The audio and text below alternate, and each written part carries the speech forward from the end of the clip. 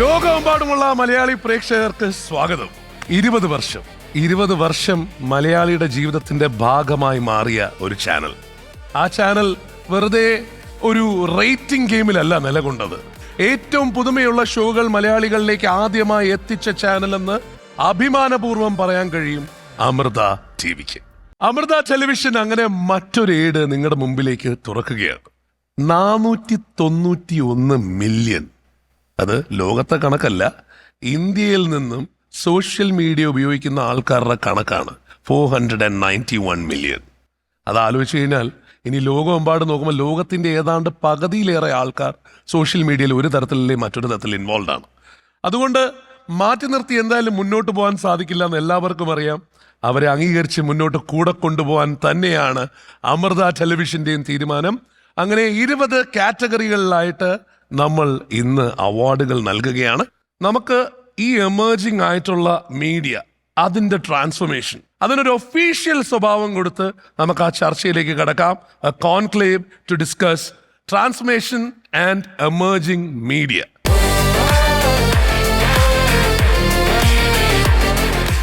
അതിന് നേതൃത്വം നൽകാനായിട്ട് നമ്മുടെ executive editor of Amrita news, let me welcome M Krishnakumar.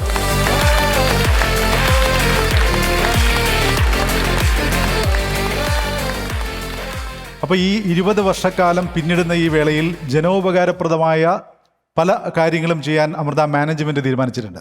ഈ പുതിയ കാലഘട്ടത്തിൽ, ഈ കാലഘട്ടത്തിൽ എന്താണ് വേണ്ടത് എന്നൊരു പ്രധാനപ്പെട്ട ആലോചന വന്നപ്പോൾ നമ്മുടെ എമർജിംഗ് മീഡിയ, ആ മീഡിയ ശരിയായ രീതിയിൽ തന്നെയാണോ ഉപയോഗിക്കപ്പെടുന്നത് എന്നൊരു പ്രധാനപ്പെട്ട ചോദ്യം ഉയർന്നിട്ടുണ്ടായിരുന്നു.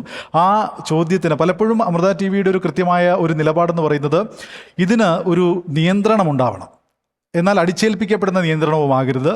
ആ നിയന്ത്രണത്തിലേക്ക് എത്താനായിട്ട് ഒരു കൃത്യമായ ഒരു ട്രെയിനിങ് ആവശ്യമായിരുന്നു. അൺഫോർച്ചുനേറ്റ്ലി അങ്ങനെ ഒരു ഘട്ടത്തിലേക്കൊന്നും നമുക്ക് എത്താൻ പറ്റിയില്ല.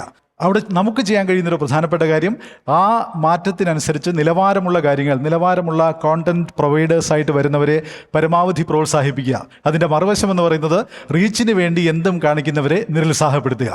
അങ്ങനെ ഒരു വലിയ കോൺസെപ്റ്റിൻ്റെ അടിസ്ഥാനത്തിലാണ് നമ്മളിപ്പോൾ ഈ ഡിജിറ്റൽ അവാർഡ് കൊടുക്കാൻ പോകുന്നത്. ആ ഡിജിറ്റൽ അവാർഡുമായി ബന്ധപ്പെട്ട് നമ്മൾ നോക്കുമ്പോൾ തന്നെ ഇവിടെ വന്നിരിക്കുന്ന, ഈ അവാർഡ് വാങ്ങിക്കാൻ വന്നിരിക്കുന്നവരെല്ലാം ആ രീതിയിൽ ഉന്നത നിലവാരം ഈ മീഡിയയിൽ പുലർത്തിയവരാണ്. അതൊരു ചർച്ചയിലേക്കാണ് നമ്മൾ കടക്കാൻ പോകുന്നത്. It's A conclave. ആ കോൺക്ലേവിലേക്ക് ഞാൻ സ്വാഗതം ചെയ്യുന്നു നമ്മുടെ ബഹുമാനപ്പെട്ട SKN ശ്രീണ സാറിനെ സ്വാഗതം ചെയ്യുന്നു. സന്തോഷ് ജോർജ് കുളങ്ങര സാറിനെ സ്വാഗതം ചെയ്യുന്നു. Of course Shweta Menon, Dhyan Sreenivasan, and acknowledge ചെയ്യേണ്ട ഇപ്പൊ തൊട്ടപ്പുറത്തിരിക്കുന്ന ആളിനെ, ഗൗരി, വെൽക്കം.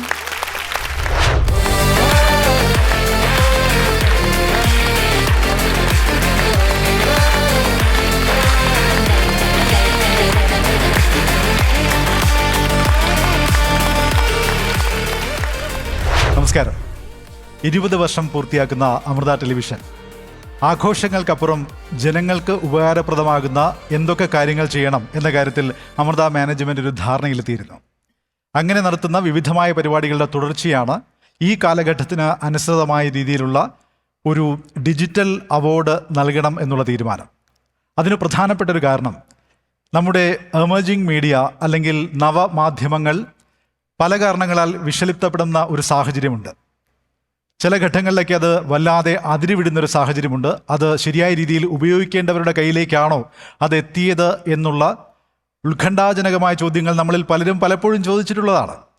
ഈ ഒരു പശ്ചാത്തലത്തിൽ വളരെ ഗൗരവമായി ഈ മാധ്യമത്തെ സമീപിക്കുകയും വളരെ നിലവാരത്തിൽ കാര്യങ്ങൾ അവതരിപ്പിക്കുകയും, അതായത് വളരെ നിലവാരമുള്ള കോണ്ടന്റ് പ്രൊവൈഡേഴ്സായി മാറുകയും ചെയ്യുന്നവരെ പ്രോത്സാഹിപ്പിക്കണം എന്നുള്ളൊരു തീരുമാനം അമൃത മാനേജ്മെന്റ് കൈക്കൊണ്ടതിൻ്റെ ബാക്കി പത്രമാണ് ഇന്ന് ഇവിടെ നടക്കുന്ന ഈ ഡിജിറ്റൽ അവാർഡ്. അതിൻ്റെ ഭാഗമായിട്ടാണ് നമ്മളൊരു വളരെ ഗൗരവമുള്ള ഒരു ചർച്ച, ആമുഖങ്ങളൊന്നും ആവശ്യമില്ലാത്ത, സമൂഹത്തിൻ്റെ വിവിധ മേഖലകളിൽ തങ്ങളുടേതായ വ്യക്തിമുദ്ര പതിപ്പിച്ച വ്യക്തിത്വങ്ങളെ കൊണ്ടുവന്ന് തന്നെ ഈ വിഷയത്തിൽ ഒരു ചർച്ചയിലേക്ക് പോകുന്നത്. അപ്പോൾ ഈ ചർച്ച നമ്മൾ തുടങ്ങി വയ്ക്കുന്നത് ശ്രീ സന്തോഷ് ജോർജ് കുളങ്ങര മുമ്പ് അദ്ദേഹത്തിൻ്റെ ഒരു അഭിമുഖത്തിൽ പറഞ്ഞൊരു വാചകം കടമെടുത്തുകൊണ്ടാണ്. സമൂഹ മാധ്യമങ്ങൾ അല്ലെങ്കിൽ സോഷ്യൽ മീഡിയ എന്ന് പറയുന്നത് ക്രിയേറ്റീവായി ഉപയോഗിക്കാൻ കഴിയുന്ന ഒരാളുടെ കയ്യിൽ കിട്ടിയാൽ അത് അങ്ങേയറ്റം ഗുണകരമാകുന്ന ഒന്നും, തീർത്തും പ്രാകൃതമായ ഒരാളുടെ കയ്യിൽ കിട്ടിയാൽ അങ്ങേയറ്റം അപകടകരമാകുന്ന ഒരു വസ്തുതയുമാണ് എന്നുള്ളതാണെന്ന് അദ്ദേഹം പറഞ്ഞത്. അദ്ദേഹത്തിൻ്റെ ആ വാചകം കടമെടുത്തുകൊണ്ട് ശ്രീകണ്ഠ സാറിൽ നിന്ന് ഞാൻ ആദ്യം തന്നെ തുടങ്ങുകയാണ്. റേഡിയോയിൽ തുടങ്ങി, അതിനുശേഷം ടെലിവിഷൻ, ഈ ഡിജിറ്റൽ മീഡിയ ഉൾപ്പെടെ വളരെ ഫലപ്രദമായി ഉപയോഗിക്കുന്നു. ഇപ്പോൾ വന്നിരിക്കുന്ന നമ്മുടെ ഈ മാറ്റം, അതിനെ എങ്ങനെയാണ് വിലയിരുത്തുന്നത് ഇത്രയും കാലത്തെ അനുഭവങ്ങളിൽ നിന്ന്? കഴിഞ്ഞ കുറച്ച് ദിവസങ്ങളായി ഞാൻ ഈ ഡിജിറ്റൽ സാധ്യതകളെക്കുറിച്ച് തന്നെ ആലോചിക്കുന്നത്. ഒരുപാട് സാങ്കേതിക ജ്ഞാനമൊന്നും ജീവിതത്തിൽ ഉണ്ടാക്കാൻ നമുക്ക് കഴിഞ്ഞില്ലെങ്കിലും ഞാനിങ്ങനെ ഒരുപാട് സാങ്കേതിക വിദഗ്ധരുമായി സംസാരിക്കുന്ന ഒരു കാലമാണിപ്പോൾ. പ്രത്യേകിച്ച് AI വിദഗ്ധന്മാരെ കുറേ ആൾക്കാരുമായിട്ട് ഞാൻ ഈ അടുത്ത കാലത്ത് സംസാരിച്ചിട്ടുണ്ട്. നമ്മുടെ ലോകത്ത് എന്ത് നടക്കുന്നു എന്നറിയാൻ വേണ്ടി മാത്രമാണ്. എനിക്ക് മനസ്സിലായ ഒരു കാര്യം, നമ്മൾ 20 മാസക്കാലം കോവിഡ് കണ്ടവരാണ്. അപ്പോൾ ഈ കോവിഡ് കാലത്തിന് മുമ്പും പിൻപും എന്ന രീതിയിൽ ചരിത്രം മാറുന്ന ഒരു അവസ്ഥയാണ് ഇപ്പോൾ, പ്രത്യേകിച്ചും മീഡിയയിൽ. എനിക്ക് തോന്നുന്നത് നമ്മുടെ കേരളത്തിലൊരു 4.25 കോടി മൊബൈലുണ്ട്. 3.5 കോടി മനുഷ്യരേ ഉള്ളെങ്കിലും ഒരു വീട്ടിൽ 2-3 മൊബൈൽ ഓരോ ആളിനും ഉണ്ട്. അപ്പോൾ ഈ 4.25 കോടി മൊബൈൽ ഫോണിൽ കുട്ടികൾക്ക് ആവശ്യം വന്നപ്പോൾ നമ്മൾ ഈ കോവിഡ് കാലത്ത് അവർക്ക് പഠിക്കാനും ഒക്കെ ഉള്ള സമയത്ത് നമ്മൾ മൊബൈൽ വാങ്ങിക്കൊടുത്തു. സ്മാർട്ട് ഫോൺ അവരുടെ കിട്ടി. വിദേശ നാടുകളിലൊക്കെ ആവശ്യമില്ലാത്ത കേന്ദ്രങ്ങൾ, ഈ പോണോ സൈറ്റുകളും അങ്ങനെയുള്ള സംഭവങ്ങളെല്ലാം പൂട്ടിക്കൊടുത്തപ്പോൾ നമ്മൾ വല്ലാതെ അങ്ങ് തുറന്നു കൊടുത്തവരാണ്. അപ്പോൾ ഈ കുട്ടി 16-18 മണിക്കൂറൊക്കെ മുറിക്കുള്ളിൽ കയറിയിരിക്കുന്ന സമയത്ത് അവൻ ഹാർഡ് വർക്ക് ചെയ്യാണ്, പഠിക്കുകയാണ് എന്നൊക്കെ കരുതി ഇപ്പുറത്തിരുന്ന മാതാപിതാക്കൾ കുറച്ചു കാലം കഴിയുമ്പോൾ തിരിച്ചറിയുന്നു അവന് ഒരുപാട് സാധ്യതകളിലേക്ക് പോവാണ്. മാത്രമല്ല വളരെ മിനിറ്റുകൾ മാത്രം ദൈർഘ്യമുള്ള പരിപാടികൾക്ക് വലിയ സാധ്യതയുണ്ട്. ഷോർട്സ് എന്നൊക്കെ പറഞ്ഞ് ഒമ്മനെ പേരിട്ട് വിളിക്കുന്ന പരിപാടികൾക്ക് സാധ്യതയുണ്ടെന്ന് തെളിഞ്ഞു. ഞാനൊക്കെ ഈ ടെലിവിഷനിലേക്ക് വരുന്ന സമയത്ത്, ടെലിവിഷനൊക്കെ കേരളത്തിലെ സ്വകാര്യ ചാനലുകളുടെ സംപ്രേഷണത്തിൻ്റെ ആദ്യ കാലമാണ് ഞാനീ പറയുന്നത്. ആ കാലത്ത് ഒരു 90കളുടെ തുടക്കത്തിലൊക്കെ ഇത് സംഭവിക്കുമ്പോൾ മിനി സ്ക്രീൻ എന്ന് പറഞ്ഞായിരുന്നു ടെലിവിഷനെ കുറിച്ച് ആൾക്കാർ പറയുന്നത്. അന്ന് സിനിമയായിരുന്നു വലിയ സ്ക്രീൻ.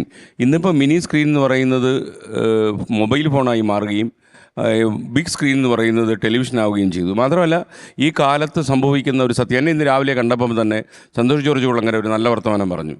അതേ എന്നോട് പറഞ്ഞു, ഒരു 6-7 കൊല്ലം കൊണ്ട് ടെലിവിഷനൊക്കെ പൂട്ടും, അതുകൊണ്ട് ഡിജിറ്റലൊക്കെ നോക്കിക്കോളാൻ പറഞ്ഞു. മാത്രമല്ല ഇദ്ദേഹം വേറെ രീതിയിലൊരു അപകടകാരിയാണ്. ഇദ്ദേഹത്തിന് എതിരായിട്ട് ഒരു ടെലിവിഷൻ ചാനൽ സ്ക്രോൾ ചെയ്തു. സഫാരി TV പൈസ കൊടുത്തിട്ടില്ല, അതുകൊണ്ട് ഇത് ഉടനെ തന്നെ ഞങ്ങളുടെ നെറ്റ്വർക്കിൽ നിന്ന് സ്വിച്ച് ഓഫ് ചെയ്യുന്നു. അദ്ദേഹത്തിന് ഒരു കത്തയച്ചു കൊടുത്തു, ഇമ്മീഡിയറ്റ് ആയിട്ട് സ്വിച്ച് ഓഫ് ചെയ്യണമെന്ന് പറഞ്ഞിട്ട്. ആദ്യമായിട്ടായിരിക്കും കേരളത്തിലെ ഒരു ടെലിവിഷൻ സംരംഭകൻ അങ്ങോട്ട് ഒരു കേബിൾ നെറ്റ്വർക്കിനൊന്ന് സ്വിച്ച് ഓഫ് ചെയ്ത് തരണം എന്ന് പറഞ്ഞിട്ട്. പുള്ളിയെ വിഷയം രക്ഷപ്പെട്ടില്ല, അവർ സ്വിച്ച് ഓഫ് ചെയ്തില്ല. എന്തോ ഒരു അപകടം ഉണ്ടെന്ന് അവർക്ക് മനസ്സിലായി. അവരതുകൊണ്ട് ഇപ്പോഴും സ്വിച്ച് ഓഫ് ചെയ്യാതെ കൊണ്ടു നടക്കുകയാണ്. അങ്ങനെയുള്ള ഒരു അപകടകാരിയാണ് അദ്ദേഹം. ഞാൻ പറഞ്ഞത് ഈ ഇദ്ദേഹം പറഞ്ഞതിനകത്തൊരു വസ്തുതയുണ്ട്. കാരണം നമ്മളിപ്പോൾ പല വീടുകളിലേക്ക് എത്തുന്ന സമയത്ത് ഈ ടെലിവിഷൻ കൂട്ടമായിരുന്ന് കാണുന്ന ഒരു ജനസഞ്ചയത്തെ ഇപ്പോൾ കാണാനില്ല. കാര്യം മൊബൈൽ ഫോണിൽ സംസാരിച്ചുകൊണ്ട് വീട്ടിലേക്ക് കടന്നിരുന്ന ഒരു ചെറുപ്പക്കാരൻ വീട്ടിലിരിക്കുന്നത് മനുഷ്യനാണോ മൃഗമാണോ കാട്ടാന കയറിയിരിക്കുകയാണോ എന്ന് പോലും അറിയാതെ അവൻ്റെ മുറിക്കുള്ളിലേക്ക് പോകുന്നു, മുറി അടയുന്നു, അവൻ്റെ സ്വപ്ന ലോകത്ത് കഴിയുന്നു. ബാലഭാസ്കരന്മാരുടെ എണ്ണം നമ്മുടെ നാട്ടിൽ കൂടുന്നു. അപ്പോൾ ഇത് ശരിക്കും അവൻ ജനാലയിലൂടെ കാണാൻ നോക്കുന്ന സമയത്ത് വീട്ടിൽ ആരെങ്കിലും ടെലിവിഷൻ കണ്ടുകൊണ്ടിരിക്കുകയാണെങ്കിൽ അവർ വളരെ ഔട്ട്ഡേറ്റഡ് ആണല്ലോ എന്ന് കരുതി അവൻ വീണ്ടും മൊബൈൽ ഫോണിലേക്ക് മടങ്ങുന്നു. ഇപ്പം നമുക്കൊരാളെ ഒരു കാര്യം കാണിക്കണമെങ്കിൽ 2 കാര്യമുണ്ട്. ഒന്ന്, അതിൻ്റെ തംബ്നെയിൽ എഴുതുന്ന സമയത്ത് ഇവനെ അട്രാക്റ്റ് ചെയ്യുന്ന രീതിയിൽ എഴുതണം. ഇപ്പം ഞാൻ തനിതരം പത്രമൊക്കെ വായിച്ചു തുടങ്ങുന്നത്. അപ്പം ഞാനും ഇങ്ങനെ ഇവിടെ ഇരിക്കുന്നവരൊക്കെ തനിതരം പത്രം, കലാനിലയം കൃഷ്ണൻ നായരുടെ സർഗ്ഗസാധ്യതകൾ മുഴുവൻ കണ്ടറിഞ്ഞവരാണ് നമ്മൾ. അപ്പോൾ അന്നൊക്കെ എന്ന് പറഞ്ഞാൽ 6 കോളം വരുന്ന ഒരു വാർത്ത എന്ന് പറഞ്ഞാൽ മടിക്ക് പിടിച്ചവൻ്റെ മാറത്ത് ചവിട്ടി എന്നാണ്. അത് മാത്രമല്ല അതേ സത്യസന്ധനുമായിരുന്നു. കാര്യം അദ്ദേഹത്തിൻ്റെ മകൾ ഒളിച്ചോടിയപ്പോൾ അദ്ദേഹത്തിൻ്റെ അതേ പത്രത്തിൽ എൻ്റെ മകൾ ഒളിച്ചോടി എന്ന് വാർത്ത എഴുതിയ ആളാണ് അദ്ദേഹം സത്യസന്ധമായ പത്രപ്രവർത്തനം നടത്തിയ ആളാണ്. അപ്പോൾ അദ്ദേഹത്തിൻ്റെ ആ ടൈറ്റിലിനേക്കാളും എത്രയോ അപകടകരമായ തംബ്നെയിലാണ് ഇപ്പോൾ വരുന്നത്. നമ്മൾ ഈ തംബ്നെയിലൊക്കെ വായിച്ച് എന്തെങ്കിലും അതിനകത്ത് കാണുമെന്ന് വിചാരിച്ച് നമ്മൾ കയറും, അതിനകത്ത് അത് മാത്രം കാണത്തില്ല, ബാക്കിയെല്ലാം കാണും. അത് എനിക്ക് തോന്നുന്നത് ഇപ്പോൾ നമുക്കൊരു വാർത്താ ചാനൽ ഇരുന്നുകൊണ്ട് ഈ MIBയുടെ ലൈസൻസിൽ പ്രവർത്തിക്കുന്ന ഒരു ചാനലിന് ഒരു കാരണവശാലും കൊടുക്കാൻ പറ്റാത്ത ഏത് വാർത്ത വേണമെങ്കിലും ഇന്നൊരു യൂട്യൂബ് ചാനൽ തുടങ്ങി ചെയ്യാൻ പറ്റും. അപ്പം നമ്മൾ യൂട്യൂബ് ചാനലിലേക്ക് കൃഷ്ണകുമാറിൻ്റെ അറിവിലേക്ക് പറയാണ്, അത് ശ്വേതയും നമ്മുടെ ധ്യാനയൊക്കെ കണ്ടപ്പോൾ ധ്യാൻ്റെയൊക്കെ തമാശകൾക്കൊരു ആഗോളവൽക്കരണം നടത്തണമെന്നുള്ള ഒരു ആലോചന വന്നുകൊണ്ട് ഒരു ഇംഗ്ലീഷ് ചാനൽ തുടങ്ങാൻ പോകും നമ്മൾ. അപ്പോൾ നമ്മൾ അടുത്ത മാസം 8-ാം തീയതി 24 ഇൻ്റർനാഷണൽ എന്ന് പറയുന്ന ഇംഗ്ലീഷ് ചാനൽ ആരംഭിക്കുക. അപ്പോൾ ധ്യാൻ്റെ തമാശ സായിപ്പൂടെ അനുഭവിക്കട്ടെ, മലയാളി മാത്രം സഹിച്ചാൽ പോരല്ലോ. നല്ല ഐഡിയ. അപ്പോൾ ശ്വേത പറഞ്ഞു, ശ്വേതയുടെ ഇംഗ്ലീഷ് വളരെ ഭേദമാണ്, അതും കൂടെ ഒന്ന് പരീക്ഷിക്കണം എന്ന് പറഞ്ഞു. ഞാൻ പറഞ്ഞത് പരീക്ഷിക്കാം എന്ന് പറഞ്ഞിരിക്കുക. ഞാൻ ഈ മുംബൈയിലുള്ളൊരു വലിയൊരു ഇംഗ്ലീഷ് ചാനലുകാരനോട് ചോദിച്ചു, ഇതൊരു സാറ്റലൈറ്റ് TV ചാനലാക്കി മാറ്റണമെങ്കിൽ ഒരു എത്ര പൈസ നമ്മുടെ വേണമെന്ന്, കേബിളുകാർ കൊടുക്കാൻ തന്നെ 100 കോടി രൂപ വേണമെന്ന് പറഞ്ഞു. അപ്പോഴേ പിന്നെ ഞാൻ ബാക്കി സംസാരിച്ചില്ല, ബാക്കി ചിലവിനെക്കുറിച്ച് ആലോചിക്കണ്ടല്ലോ. അപ്പോൾ യൂട്യൂബാണ് ഏറ്റവും പറ്റിയത്. പക്ഷേ യൂട്യൂബിലും അപകടം വരുന്നു, യൂട്യൂബിൽ പരസ്യം കുറഞ്ഞു തുടങ്ങി. ഈ ഇടയ്ക്ക് ഒരാൾ മരിച്ചൊരു സ്ഥലത്ത് പോയി. അപ്പോൾ നമ്മൾ ഈ മലയാളികൾ മരിച്ച സ്ഥലത്തൊക്കെ പോകുമ്പോൾ നമ്മൾ മോഹൻലാലിനേക്കാളും നന്നായിട്ട് അഭിനയിക്കും. നമ്മുടെ ആരാണ്ട് മരിച്ചോലെ നമ്മൾ ഇറങ്ങി വരുന്നത്, മോഹമൊക്കെ കൂടി ഏതാണ്ട് കയ്യിൽ നിന്ന് കളഞ്ഞു പോയല്ലോ. നമ്മളിങ്ങനെ ഇറങ്ങി വരുമ്പോൾ ഒരു പയ്യൻ എന്നോട് ചോദിച്ചു, ബോഡി കണ്ടോ എന്ന് ചോദിച്ചു. ഞാൻ ദുഃഖം ഒട്ടും കുറയ്ക്കാതെ ഞാൻ പറഞ്ഞു, ബോഡി കണ്ടല്ലോ എന്ന് പറഞ്ഞു. ബോഡി കണ്ടു, അത് എടുക്കുന്നതിന് പോവുകയാണോ എന്ന് ചോദിച്ചു. ഞാൻ പറഞ്ഞു, എനിക്ക് പോയിട്ടൊരു അത്യാവശ്യം ഉണ്ടായിരുന്നു. അത് ഞാൻ ആത്മാർത്ഥമായിട്ടാണ് പറഞ്ഞത്, അതുകൊണ്ട് ഞാൻ അങ്ങോട്ട് ഇറങ്ങുന്നു. പിന്നീടാണ് ഞാൻ ഇറങ്ങി, യൂട്യൂബിൽ ഞാൻ കണ്ടു, ശവദാഹത്തിൽ നിൽക്കാൻ ക്ഷമ കാണിക്കാതെ ശ്രീകണ്ഠൻ നായർ. എൻ്റെ ഇടപാട് തീർന്നു പോയി കേട്ടോ. കാര്യം എന്നോട് വളരെ ബന്ധമുള്ള ഒരാളാണ് മരിച്ചു പോയത്. അപ്പോൾ അത് വീട്ടിലൊക്കെ ഒത്തിരി ചീത്ത പറഞ്ഞു, നിങ്ങൾക്ക് 10 മിനിറ്റ് അവിടെ നിന്നൂടായിരുന്നു എന്ന് ചോദിച്ചു. ഞാൻ കുറച്ചു നേരം നിന്നു, പുള്ളി കാണാൻ ഞാൻ. അപ്പോൾ നമ്മൾ പ്രത്യേകിച്ച് മലയാളിയിൽ എന്ന് പറഞ്ഞാൽ വരുത്തി ചേർത്ത ദുഃഖം മുഖത്ത് നിർബന്ധമായും വേണം, നമുക്ക് ഇല്ലാതിരിക്കാൻ പറ്റില്ല. അപ്പോൾ ഞാൻ ഇംഗ്ലീഷ് ചാനൽ തുടങ്ങുന്ന കാര്യം പറഞ്ഞിട്ട് ആ ഡിജിറ്റലിൻ്റെ അതിൻ്റെ എഡിറ്ററോട് ഞാൻ ചോദിച്ചു, ഇത് എന്നാ മോണിറ്റൈസ് ചെയ്ത് വരാൻ പോകുന്നത്, പൈസ കിട്ടി തുടങ്ങുന്നത് എന്നാന്ന് ചോദിച്ചു. അപ്പോൾ അയാൾ പറഞ്ഞു, നമുക്കിപ്പോൾ 2822 പേരെ ആയിട്ടുള്ളൂ എന്ന് പറഞ്ഞു. ഞാൻ അതിപ്പോൾ നിങ്ങൾ തുടങ്ങി ആരെ അറിയിച്ചില്ലല്ലോ എന്ന് പറഞ്ഞു. എന്നാലും $40 കിട്ടിയിട്ടുണ്ടെന്ന് പറഞ്ഞു. അപ്പം ഞാൻ ഞെട്ടി. അപ്പം ജീവിച്ചു പോകാനുള്ള കാശൊക്കെ കിട്ടുന്ന ആൾക്കാർ ഒത്തിരി ഉണ്ട്. മാത്രമല്ല ഗൂഗിളിൻ്റെ ഒരാളിനെ പരിചയപ്പെട്ടപ്പോൾ അയാൾ പറഞ്ഞു, എനിക്ക് അത്യാവശ്യമായിട്ട് ബോർഡർ വരെ പോകണം, കേരളത്തിൻ്റെ ബോർഡർ. ഞാൻ ചോദിച്ചു, എന്താ അവിടെ ഒരു VIP കാണാനുണ്ട്. ഞാൻ അതാരാണ് അവിടുത്തെ VIP എന്ന് പറഞ്ഞു.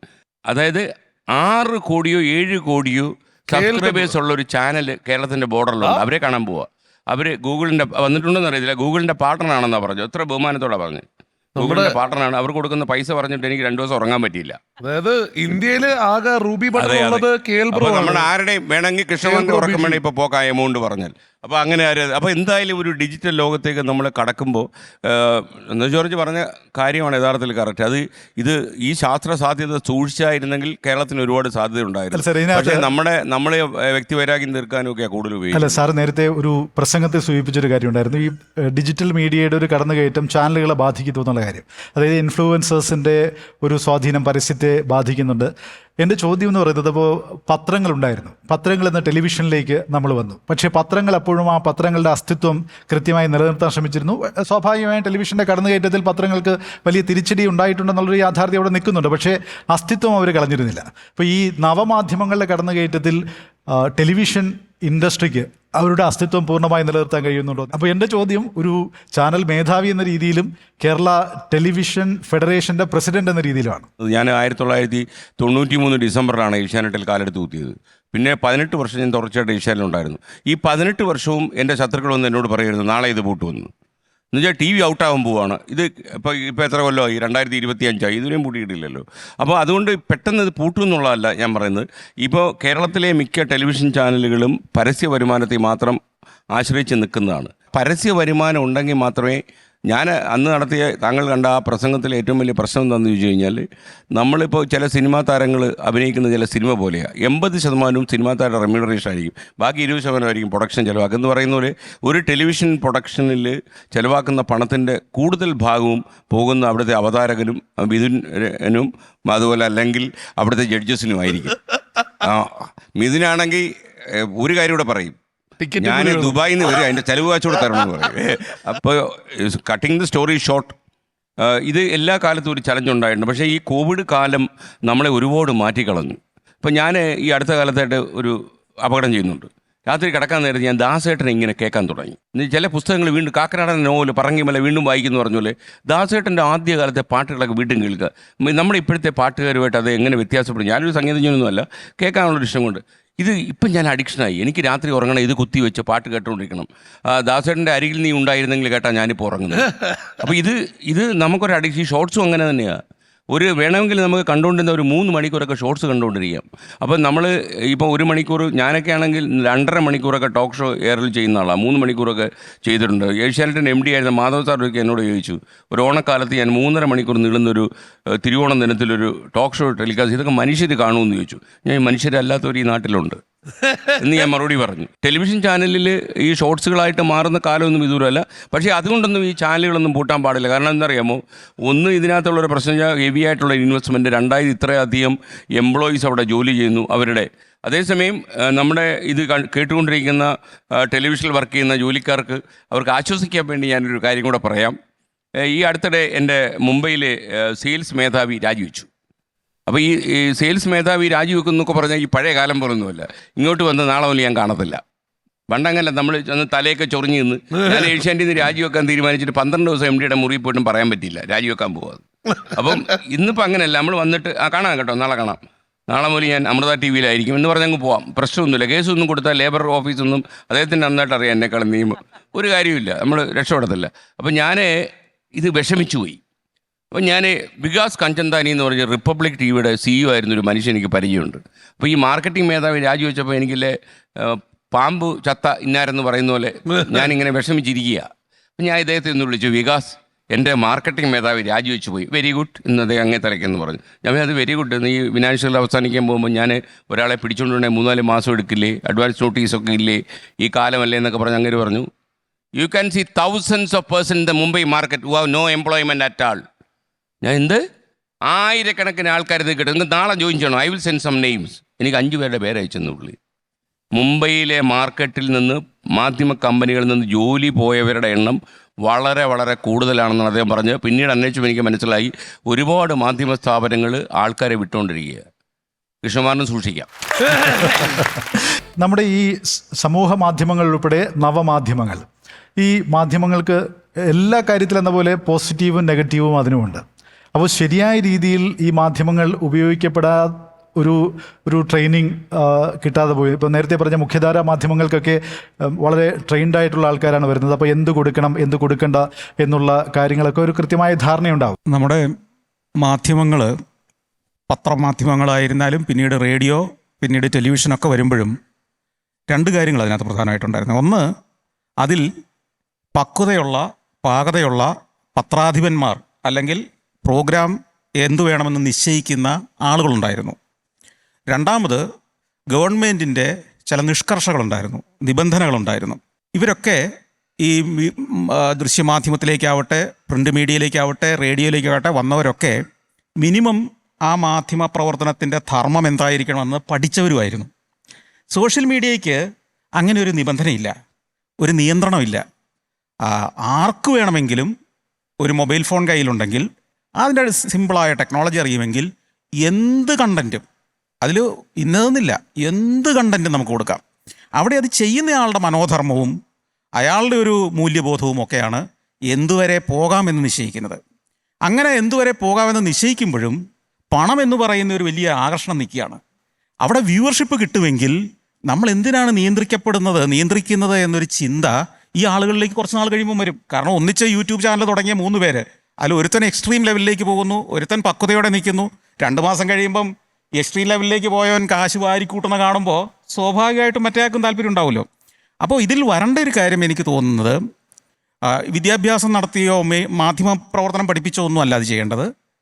ഗവൺമെൻറ്റുകൾ ഇതിൽ ഒരു മിതമായ നിയന്ത്രണം കൊണ്ടുവരണം. അതായത് നിയന്ത്രണം എന്ന് പറഞ്ഞാൽ ഈ അടുത്ത കാലത്ത് ഞാൻ വായിച്ചു, ഒരു മിനിമം അല്ലെ, ഏതോ ഒരു രാജ്യത്ത് അങ്ങനെ ഒരു നിയമം കൊണ്ടുവരുന്നു, റെഗുലേഷൻ കൊണ്ടുവരുന്നു, ഏജ് കാണുന്നവർക്കുള്ളത്. പിന്നെ ഐഡിയ ആണ്, നമ്മളിപ്പോ സ്വന്തം ഐഡിയ ഉപയോഗിച്ച് അല്ലാണ്ട് തുടങ്ങാൻ പാടില്ല എന്നുള്ള റെഗുലേഷനും കൊണ്ടുവന്നു. അത് മാത്രമല്ല, ഒരു മാനദണ്ഡം നിശ്ചയിക്കണം. അതായത് ഒരു വ്യക്തിയെ നിങ്ങൾക്ക് അയാൾ നടത്തിയ പ്രസംഗം, ആ പ്രസംഗത്തെ നിങ്ങൾ വീഡിയോ കാണിക്കുമ്പോൾ ആ പ്രസംഗത്തിലെ ഒരു പ്രധാന സെൻറ്റൻസിനെ എടുത്ത് മറ്റൊരു കോണ്ടെക്സ്റ്റിൽ മറ്റൊരു ദിവസത്തെ പ്രസംഗമായിട്ടൊക്കെ ചേർത്ത് കൊടുക്കുന്ന പോലുള്ള അധാർമികമായ പ്രവർത്തനങ്ങളെ നിയന്ത്രിച്ചേ പറ്റൂ. അതിനെ ആരാണ് നിയന്ത്രിക്കേണ്ടത്? അതിൻ്റെ ഒരു ഗവൺമെൻറ് മെഷീനറി, അതിനൊരു സംവിധാനം ഉണ്ടാകണം. നിയന്ത്രണം എന്ന് പറയുമ്പോൾ ഒന്നെങ്കിൽ നമ്മൾ പറയുന്ന പോലെ കളരിക്ക് പുറത്ത് അല്ലെങ്കിൽ നെഞ്ചത്ത് എന്ന് പറയുന്നതല്ല വരേണ്ടത്. അതിനെന്ത് വേണമെന്ന് പക്വതയുള്ള ഒരു സംഘത്തെ നിയമിക്കണം. ഗവൺമെൻറ് തീരുമാനം എടുക്കുകയല്ല ചെയ്യേണ്ടത്. മാധ്യമപ്രവർത്തന പാരമ്പര്യമുള്ള, മാധ്യമ പശ്ചാത്തലമുള്ള സീനിയറായ ആളുകളോ മറ്റോ ആവട്ടെ, ഈ കാലഘട്ടത്തിനനുസരിച്ച് സ്വാതന്ത്ര്യം എത്ര വരെയാകാമെന്ന് തീരുമാനിക്കണം. കാരണം നോക്കൂ, ടെലിവിഷൻ ചാനലുകളെ ഒരു വശം നിയന്ത്രിക്കുന്നു, സിനിമയെ ഒരു വശം നിയന്ത്രിക്കുന്നു, സോഷ്യൽ മീഡിയയെ കയറഴിച്ച് വിട്ടിരിക്കുന്നു. അപ്പോൾ പിന്നെ ഇതിൻ്റെ അർത്ഥം എന്താ? ഇതിന്റെ ആവശ്യം എന്താ? അല്ലെങ്കിൽ സിനിമയെയും ടെലിവിഷനെയും ഒക്കെ എന്തും ചെയ്യാൻ സ്വാതന്ത്ര്യം സെൻസർഷിപ്പ് കൊടുക്കണം. പാടില്ല എന്നുള്ള ഇപ്പോ ഫുട്ബോൾ കളിക്കുമ്പോൾ ഒരു ടീമിന്റെ കാല് കയർ കെട്ടിയിടുകയും മറ്റേ ടീമിനെ അഴിച്ചുവിടുകയും ചെയ്യുന്ന പോലത്തെ ഒരു കാര്യമാണത്. നിയമം തുല്യമായിരിക്കണം, വക്കീലിനറിയാതെ അല്ലെ? അതെ. ഇത്ര ഫെയർ ഒരു- പ്ലേ ഗ്രൗണ്ട് നമുക്ക് കിട്ടണം. ഒരു നിയമത്തിന്റെ കാര്യം പറയുകയാണെങ്കിൽ ശരിക്കും ഇപ്പൊ UAE ഒരു നിയമം എന്ന് പറഞ്ഞാൽ നമ്മളൊരു ബ്രാൻഡിനെതിരെ പോയി ചെന്ന് സാധാരണഗതിയിൽ നമ്മൾ ചുമ്മാ അടിയിൽ പോയി ഇപ്പൊ നമുക്ക് വേണ്ട സർവീസ് കിട്ടിയില്ലെങ്കിൽ നമ്മൾ അടിയിൽ പോയി പബ്ലിക് പ്ലാറ്റ്ഫോമിൽ എഴുതുമല്ലോ, അതിന് വരെയും ഫൈനുണ്ട്. ഈ പുതിയ മീഡിയക്ക് എങ്ങനെയാണ് ഒരു നിയമവശം ഉള്ളത്, അല്ലെങ്കിൽ അതിനെന്താണ് കൺട്രോൾ ഉള്ളത്? അത് ഒട്ടും എളുപ്പമല്ല എന്ന് മാത്രമല്ല, ഇപ്പോൾ ഈ എതിർ പാർട്ടിയിൽപ്പെട്ട ആളുകളെ തേജോവധം ചെയ്യുന്ന കാര്യം ഇദ്ദേഹം പറഞ്ഞു. ഉവ്വ്. സ്വന്തം പാർട്ടിയിലുള്ള ആൾക്കാർ തേജോവധം ചെയ്യാനായിട്ട് വലിയ സംവിധാനം, വലിയ ശ്രമം നടക്കുന്നുണ്ട്. ശ്രീയുടെ നേർക്കറിയാം. ഇപ്പം നമ്മളിവിടെ നിന്ന് ഉദ്ഘാടനം ചെയ്തിട്ട് പോയ VD സതീശൻ, ഞാനിതൊക്കെ തുറന്നു പറയുന്ന ആളാണ്. ആളുകൾ ഇഷ്ടപ്പെട്ടാലും ഇഷ്ടപ്പെട്ടില്ലെങ്കിലും പറയാമെന്നുള്ള എൻ്റെ ഒരു ഉത്തരവാദിത്വം. തീർച്ചയായും. ഇപ്പം ഈ സമീപകാലത്തായിട്ട് സൈബർ ബുള്ളിങ് ഏറ്റവും അധികം നടക്കുന്നത് പിണറായി വിജയനെതിരായിട്ടില്ല, നരേന്ദ്രമോദിക്കെതിരായിട്ടില്ല, അല്ലെങ്കിൽ വേറെ ഏതെങ്കിലും നേതാവിനെതിരായിട്ടില്ല, VD സതീശനെതിരായിട്ട്. VD സതീശനെതിരെ ബുള്ളിങ് നടത്തുന്നത് മാർക്സിസ്റ്റുകാരല്ല, BJP-കാരല്ല, CPI-കാരല്ല, ലീഗുകാരല്ല, കോൺഗ്രസ്സുകാർ. അത് ശരി. കോൺഗ്രസ്സിലെ ചില കടന്നലുകൾ കാശ് കൊടുത്ത് സ്വന്തം നിലയ്ക്കാണെങ്കിൽ പിന്നെ അതിനൊരു അന്തസ്സുണ്ട്. നമ്മുടെ അഭിപ്രായം ഇതാണെന്ന് തുറന്ന അന്തസ്സായിട്ട് തൻ്റെ ഇടമായിട്ട് പറയാം. അങ്ങനെയല്ല, കൂലിക്ക് ആളെ വെച്ചിട്ട് സതീശനെ ആക്രമിച്ചുകൊണ്ടിരിക്കുക. ഞാനിപ്പോൾ അതിൻ്റെ വിശദാംശങ്ങളിലേക്ക് പോകുന്നില്ല. ഇത് സോഷ്യൽ മീഡിയ കൂടി വെറുതെ കണ്ടുപിടിക്കുന്ന ആർക്കും കാണാവുന്ന കാര്യമാണ്. ഇദ്ദേഹത്തെ ആക്ഷേപിക്കാനും എന്താ ചവിട്ടി മതിക്കാനും അതിന് പണം കൊടുത്ത ആളെ വെച്ചിരിക്കുക. ഏത് നിയമം ഇപ്പോൾ സന്തോഷ് ജോർജ് കുളങ്കര പറഞ്ഞില്ലേ, ഈ 499, 500 എന്നൊക്കെ പറഞ്ഞ ഇന്ത്യൻ പീനൽ കോഡിലെ വകുപ്പുകളുണ്ട്. മഹാരാഷ്ട്രത്തിന് കേസ്. ഇപ്പോൾ ഈ മാധ്യമ അവതാരകം, ഏറ്റവും വലിയ ആക്രമണത്തിന് ഇരയായിട്ടുള്ള ഒരാൾ, മനോരമ ന്യൂസിലെ 2 പേരുടെ ഉദാഹരണം പറയാം. നിഷ പുരുഷോത്തമൻ, അതുപോലെ നമ്മുടെ ഷാനി പ്രഭാകരൻ. ഷാനിക്കെതിരായിട്ടൊരു പ്രത്യേക കോണ്ടക്സ്റ്റിൽ വലിയ ബുള്ളിങ് കുറച്ചാൾ മുമ്പാണ്, 4 കൊല്ലം മുമ്പ് അവർ പരാതി കൊടുത്തു. 24 മണിക്കൂറിൽ നടപടി ഉണ്ടായി. ഇത് സോഷ്യൽ മീഡിയയിൽ കൊടുത്തവനെയും അവൻ്റെ പരിചയക്കാരനെയും റീപോസ്റ്റ് ചെയ്തവനെയും വെറുതെ ഷെയർ ചെയ്തവനെയൊക്കെ പോലീസ് പിടിച്ചുകൊണ്ടുപോയി. അവരൊക്കെ കുറച്ച് ദിവസമൊക്കെ ഗോതമ്പൂട്ട കഴിച്ച് ശരീരം മെച്ചപ്പെടുത്തി. ഇതിൽ കുറച്ച് പേരെ ഈ തൃപ്പൂണിത്തുറ ആശുപത്രിയിൽ ദേഹപരിശോധന കൊടുത്തപ്പോൾ എൻ്റെ ഭാര്യയാണ് ഇവർ ദേഹപരിശോധന എടുത്തത്. പ്രതികളെ പിടിച്ചാൽ പോലീസുകാർ തല്ലിയില്ലാന്ന് കാണിക്കാൻ വേണ്ടിയിട്ട് ഷർട്ടൊക്കെ അടിച്ച് വെച്ചു, നിങ്ങൾക്ക് ഇടി കൊണ്ടുവന്നൊക്കെ ചോദിക്കും. അപ്പോൾ അത് പുള്ളിക്കാരി പറഞ്ഞ അറിവ് കൂടി നിൽക്കും. അപ്പോൾ അങ്ങനെ ഷാനി പ്രകാരം പരാതി കൊടുത്തപ്പോൾ നടപടി ഉണ്ടായി. നിഷ പുരുഷോത്തമനെതിരെ അതിലും ഭീകരമായ ബുള്ളിങ് ഉണ്ടായി. അവർ പരാതി കൊടുത്തു. നാളിതുവരെ അതിൽ ഒരു നടപടി ഉണ്ടായിട്ടില്ല. അത് ആ പോലീസ് സ്റ്റേഷനിലെ മേശപ്പുറത്ത് പൊടി പിടിച്ചിരിക്കുക, ആ ചവറ്റോട്ടയിൽ ഇട്ടിട്ടില്ലെങ്കിൽ. കാരണം ഈ ബുള്ളിങ് നടത്തിയ CPI-കാരൻ, മറ്റത് വേറെ പാർട്ടിക്കാരായിരുന്നുകൊണ്ട് നടപടി ഉണ്ടായി. അപ്പോൾ ഇത് നമ്മുടെ ഈ രാജ്യത്ത് ഏത് സംസ്ഥാനത്തും ഇതൊക്കെ തന്നെ സംഭവിക്കും. ഇപ്പോൾ CPI-കാർ ഭരിക്കുന്നുണ്ട്, ഇങ്ങനെ ചെയ്തു മാത്രം. ഈ സോഷ്യൽ മീഡിയ ഏറ്റവും ഭയങ്കരമായിട്ട് ദുരുപയോഗം ചെയ്യുന്നത് ഒന്ന് BJP-കാരും മറ്റു CPI-കാരും. കോൺഗ്രസ്സുകാർ നന്മയുള്ളവരോ നല്ലവരായതുകൊണ്ടല്ല, അവർക്ക് സംവിധാനം ഇല്ലാത്തതുകൊണ്ട്, ബുദ്ധി കുറവായതുകൊണ്ടുമാണ്. ഇനി അഥവാ അവർ ചെയ്യുകയാണെങ്കിൽ തന്നെ സ്വന്തം പാർട്ടിക്കാർക്കെതിരായിട്ട് ചെയ്യണം. അതാണ് ഇപ്പോൾ സതീശൻ അനുഭവിച്ചുകൊണ്ടിരിക്കുന്നത്. ഈ ശ്രീകണ്ഠനാരി ഇംഗ്ലീഷിൽ ചാനൽ കൊടുക്കുന്നത് വളരെ നന്നായി. കാരണം 10-200 കൊല്ലം നമ്മളെ അടിമകളാക്കി വെച്ച് അവർക്ക് കൊടുക്കാവുന്ന ഏറ്റവും വലിയ ശിക്ഷയാണ്. അതിലെനിക്ക് വലിയ സന്തോഷമുണ്ട്. അപ്പോൾ ആ സംരംഭത്തെ ഞാൻ ശ്ലാഘിക്കും. പിന്നെ സന്തോഷിനെ കുറിച്ച് പറയാൻ ഉദ്ദേശിച്ച കാര്യം, ഇപ്പോൾ സന്തോഷ് ജോർജ് കുളങ്കര പറഞ്ഞല്ലോ, അദ്ദേഹം എല്ലാ ചാനലുകളും ഏറ്റവും അധികം ചാനലുകൾ കണ്ടുള്ള ആളായിരിക്കും അദ്ദേഹം. അപ്പോൾ അത് പറഞ്ഞപ്പോൾ എനിക്ക് ഓർമ്മ UC കോളേജിലെ 2 പ്രൊഫസർമാർ തമ്മിൽ പണ്ടുണ്ടായ ഒരു സംഭാഷണം, ചരിത്ര രേഖയാണ്. ഹിസ്റ്ററി പ്രൊഫസറായ മാർത്താണ്ഡവർമ്മ സാറിനോട് ഫിസിക്സ് പ്രൊഫസറായിരുന്ന തോമസ് സാറ് പറയുകയാണ്, വർമ്മ സാറേ, ഇന്ന് ചെയ്യാവുന്ന ഒരു ജോലിയും ഞാൻ നാളേക്ക് വെക്കത്തില്ല. വർമ്മ സാറ് പറഞ്ഞു, ഞാനും അതുപോലെ തന്നെ തോമസ് സാറേ, പിന്നെ ഒരു വ്യത്യാസം, നാളേക്ക് വെക്കാവുന്ന ഒരു ജോലി ഞാൻ ഇന്ന് ചെയ്യില്ല. ഇതുപോലെയാണ് ഞാൻ സന്തോഷ് ജോർജ് കുളങ്ങര. പുള്ളി എല്ലാ ചാനലുകളും കണ്ടിരുന്ന ആളാണ്. ഞാനാണെങ്കിൽ ഒരു ചാനലും കാണാത്ത. എൻ്റെ വീട്ടിൽ TV ഇല്ല. അദ്ദേഹം പറയുന്നു പറഞ്ഞു മനസ്സിലായി. എന്തുകൊണ്ടാണ് എൻ്റെ വീട്ടിൽ TV ഇല്ലാത്തതുകൊണ്ടാണ് ഞാൻ TV വരാൻ തുടങ്ങിയത്. എൻ്റെ വീട്ടിലുള്ള ആളുകൾ ഇത് കണ്ട് വിഷമിക്കണ്ടല്ലോ, അത് ബാക്കിയുള്ളവർ സഹിച്ച പോരെ. പക്ഷെ അതിനുള്ള മറുപടി സോഷ്യൽ മീഡിയ കിട്ടുന്നില്ല. അല്ല, അത് ഞാൻ പൈതയില്ലല്ലോ. ഞാൻ ഈ ഒരു അഭിപ്രായവും ശ്രദ്ധിക്കില്ല. എന്നെ സംബന്ധിച്ച് ബാധിക്കുന്ന വിഷയം. ജയശങ്കർജി പറഞ്ഞതിൻ്റെ ഒറ്റ വാചകമേ ഉള്ളൂ. അതായത് നമ്മളുടെ ഈ ഡിഫമേഷനും മാനനഷ്ടവും ഒക്കെ നമ്മൾ കൊടുക്കണമെന്ന് പറഞ്ഞപ്പോൾ, ഞാൻ എൻ്റെ കുടുംബത്തിലുള്ള ആൾക്കാരെ ആക്രമിച്ച ഒരു കേസ് കാർഡ് വെച്ച ഒരു സാധനം നന്നായിട്ട് പോസ്റ്റ് ചെയ്തു. ഇത് നമ്മുടെ കേരളത്തിലെ രാഷ്ട്രീയ പ്രസ്ഥാനമൊക്കെ എൻ്റെ പിന്നിലുണ്ടായിരുന്നു. അപ്പോൾ ഒരു ദിവസം ഒരു പോലീസ് ഓഫീസർ എന്നോട് ഒന്ന് പറഞ്ഞു, 2 കാലുകളും 2 കൈകളും തളർന്നു കിടന്ന ഒരു മനുഷ്യൻ്റെ പ്രാന്താണ് ഇത്, അവനെതിരായിട്ട് അങ്ങ് കേസിന് പോകണോ എന്ന് ചോദിച്ചു. ഞാൻ പറഞ്ഞു, അങ്ങനെ ഒരുത്തനാണെങ്കിൽ അവൻ്റെ പേര് കേസിന് പോകണ്ട, വിട്ടേക്കാൻ പറഞ്ഞു. കുറച്ച് കഴിഞ്ഞ് ഞാൻ ചുമ്മാ ഇതിൻ്റെ റൂട്ട് ഒന്ന് അന്വേഷിച്ചു. അപ്പോൾ ഇത് നേരത്തെ അന്വേഷിച്ച വേറെ പോലീസുകാരുണ്ട്. അതിലൊരു സർക്കിൾ ഇൻസ്പെക്ടറോട് ചോദിച്ചാൽ പുള്ളി പറഞ്ഞു, ഒരു കറതീർന്ന ഒരു ആലപ്പുഴയിലെ ഒരു നേതാവാണ് ഇത് ചെയ്തിരിക്കുന്നത്, അല്ല അംഗവൈകല്യം വന്നൊന്നുമില്ല, ഇത് ആരാ പറഞ്ഞെന്ന് ചോദിച്ചു. അവസാനം ഇപ്പോൾ ഇദ്ദേഹം കൂടെ പോകുന്ന കേരള ഹൈക്കോടതിയിൽ ഈ കേസ് എടുത്ത് കളയാൻ വേണ്ടി പുള്ളി ഒരു സാധനം കൊണ്ട് ഫയൽ ചെയ്തു. ഞാൻ കേരള ഹൈക്കോടതിയിലെ ഏറ്റവും സീനിയറായ വക്കീൽമാരൊരാളെ ഏൽപ്പിച്ചിരിക്കുക. എന്ന് വെച്ചാൽ ആദ്യം എന്നെ തെറ്റിദ്ധരിപ്പിച്ച് കേസ് പോക്കാനും ശ്രമിച്ചു, കൈകാല് കൊണ്ട് തളർത്ത് കിടക്കുകയാണെന്ന്. അപ്പം തളർന്നവനൊന്നുമല്ല, നിവർന്ന് നിൽക്കുന്ന ഒരുത്തം തന്നെയാണ്. അപ്പോൾ അവൻ ആ കേസ് എടുത്ത് കളയാതിരിക്കാൻ വേണ്ടി ഞാൻ നല്ലൊരു വക്കീലിനെ ഏൽപ്പിച്ചിരിക്കും. അങ്ങനെയുള്ള പരിപാടി എന്ന് വെച്ചാൽ ഒരേ പോലീസുകാർ സംരക്ഷിക്കാൻ ശ്രമിക്കുന്നു, വേറൊരു സംഘം പോലീസുകാർ തകർക്കാൻ ശ്രമിക്കുന്നു. അല്ല, ഇതിനകത്ത് നേരത്തെ ഇപ്പോൾ മിഥുൻ പറയാൻ ഉദ്ദേശിച്ചതാണെന്നാണ് ഞാൻ മനസ്സിലാക്കുന്നത്. അഡ്വക്കേറ്റ് ജയശങ്കർ സൂചിപ്പിച്ച ഒരു കാര്യം, രാഷ്ട്രീയത്തിൽ മാത്രമല്ല എല്ലാ മേഖലയിലും ഈ സൈബർ ബുള്ളിങ് അല്ലെങ്കിൽ തങ്ങളുടെ ആണികളെ ഈ സോഷ്യൽ മീഡിയ പ്ലാറ്റ്ഫോമുകൾ വെച്ചിട്ട് മറ്റുള്ളവരെ തകർക്കാൻ ശ്രമിക്കുക. അതിന്റെ ഏറ്റവും കൃത്യമായ ഉദാഹരണമാണ് നമ്മുടെ മുന്നിലിരിക്കുന്ന എക്സാമ്പിളാണ്. ശ്വേതജിയുടെ കാര്യം പറയുകയാണെങ്കിൽ കൃത്യമായിട്ട് അങ്ങനെ ഒരു ബുള്ളിങ് അവിടെ നേരത്തെ കെ പറഞ്ഞതാണ്. അതായത് എന്ത് ചോദ്യവും ചോദിക്കാനായ ഒരു മൊബൈൽ ഫോൺ ഉണ്ടെങ്കിൽ നേരത്തെ സന്തോഷ് സാർ പറഞ്ഞ പോലെ പറ്റും എന്നുള്ളതിൻ്റെ ആ ബുള്ളിങ് അനുഭവിച്ച ആളാണ് അങ്ങ് അറ്റത്തിരിക്കുന്നത്. ആ ബുള്ളിങ് ചെയ്യാൻ പറഞ്ഞ എല്ലാവർക്കും തിരിച്ച് തഗ് കൊടുത്തിട്ടുള്ള ആളാണ് നടുക്ക് നിൽക്കുന്നത്. അല്ല, ഇതിനകത്ത് ഇപ്പം ശ്രീമതി ശ്വേത എത്ര കാലമായി ശ്വേതാ മേനോൻ നമ്മുടെ മുന്നിലുണ്ട്. ഒരു അമ്മ തെരഞ്ഞെടുപ്പിൽ മത്സരിക്കാൻ വന്ന സമയത്ത് വളരെ പെട്ടെന്നൊരു കേസ് വരുന്നു. അത് ഈ സൈബർ മീഡിയകൾ വഴി അത് വല്ലാതെ അത് പ്രൊമോട്ട് ചെയ്യുന്നു. അങ്ങനെ സാധാരണഗതിയിൽ ഒരു യുക്തിപൂർവ്വം ചിന്തിക്കുന്ന ഒരു വ്യക്തിക്ക് ഇത് ഏതോ ഒരു കേന്ദ്രത്തിൽ നിന്ന് ഓപ്പറേറ്റ് ചെയ്യപ്പെടുന്നതാണെന്ന് മനസ്സിലാക്കാൻ പോലും പറ്റുന്ന ഒരു സംഭവം വളരെ വലിയ രീതിയിൽ പ്രചരിക്കപ്പെടുന്നു. അപ്പോൾ അത് രാഷ്ട്രീയ രംഗത്ത് മാത്രമല്ല, സിനിമാ മേഖലയിലുണ്ട്, മറ്റു പല മേഖലകളിലുമുണ്ട്. എങ്ങനെയാണ് ഹാൻഡിൽ ചെയ്യണത് ശ്വേതജി? എനിക്കൊരു ഭാഗ്യമുണ്ട്, എൻ്റെ ഹസ്ബൻഡ് ഒരു ജേർണലിസ്റ്റ് ആണ്. തീർച്ചയായും. അപ്പോൾ എനിക്ക് ആ സൈഡിൽ നിന്ന് എപ്പോഴും എന്നെ ഏട്ടൻ പറഞ്ഞ പോലെ തന്നെ ആർക്കും എന്ത് വേണമെങ്കിലും എപ്പോൾ വേണമെങ്കിലും പറയാം. You know why? Because legal പേടിയില്ല, ലീഗാലിറ്റീൻ്റെ ഒരു സ്ട്രിക്ട്നെസ് ഇല്ല. നമ്മളെ ലോ മാറിയാൽ മാത്രമേ ഇതൊക്കെ എന്തെങ്കിലും ഒരു എന്ത് റൂൾസ് ആൻഡ് റെഗുലേഷൻസ് എങ്ങനെ നമ്മൾ പൊട്ടിക്കണം, അല്ലാതെ അത് നമ്മൾ എതിരായിട്ട് നമ്മൾ ഫൈറ്റ് ചെയ്യണം എന്നല്ല. അതാണ് ആൾക്കാർക്ക് ജാസ്തിയായിട്ട്. റൂൾസ് ആൻഡ് റെഗുലേഷൻസിന് ഒരു പേടിയുമില്ല. കുറേ വക്കീലന്മാർ ഇപ്പോൾ ഹൈക്കോർട്ടിൻ്റെ പുറത്ത് പോയ കുറേ വക്കീലന്മാർ ചെറിയ 500 രൂപയ്ക്ക് കൊടുത്താൽ കേസ് എടുക്കുന്ന ആൾക്കാരാണ് ഇപ്പോൾ ഉള്ളത്. ഇപ്പം ഞാൻ തന്നെ എത്രയോ വർഷം മുമ്പേ 2-3 കേസ് കൊടുത്തിട്ട് ഇന്നും ഞാൻ ഫൈറ്റ് ചെയ്തുകൊണ്ടിരിക്കുകയാണ്. That is only because of law. അപ്പോൾ സോഷ്യൽ മീഡിയേൻ്റെ എതിരായിട്ട് ഞാൻ പറയുന്നില്ല. പക്ഷെ ഐ ആം സോ ഹാപ്പി. ഞാൻ സിനിമയിൽ വന്ന സമയത്ത് സോഷ്യൽ മീഡിയ എന്ന് പറഞ്ഞ സാധനം ഉണ്ടായിരുന്നില്ല. സിനിമ റിലീസ് ചെയ്താൽ അതിന് അതിൻ്റേതായ ഒരു ഡെസ്റ്റിനി ഉണ്ടായിരുന്നു. ആ ഡെസ്റ്റിനി അത് ചിലപ്പോൾ 10 ദിവസമോ ചിലപ്പോൾ 25 ദിവസമോ. നമ്മൾ ഈ ഗോൾഡൻ ജൂബിലി, സിൽവർ ജൂബിലി ഒന്നും കേട്ടിട്ട് വർഷങ്ങളായി.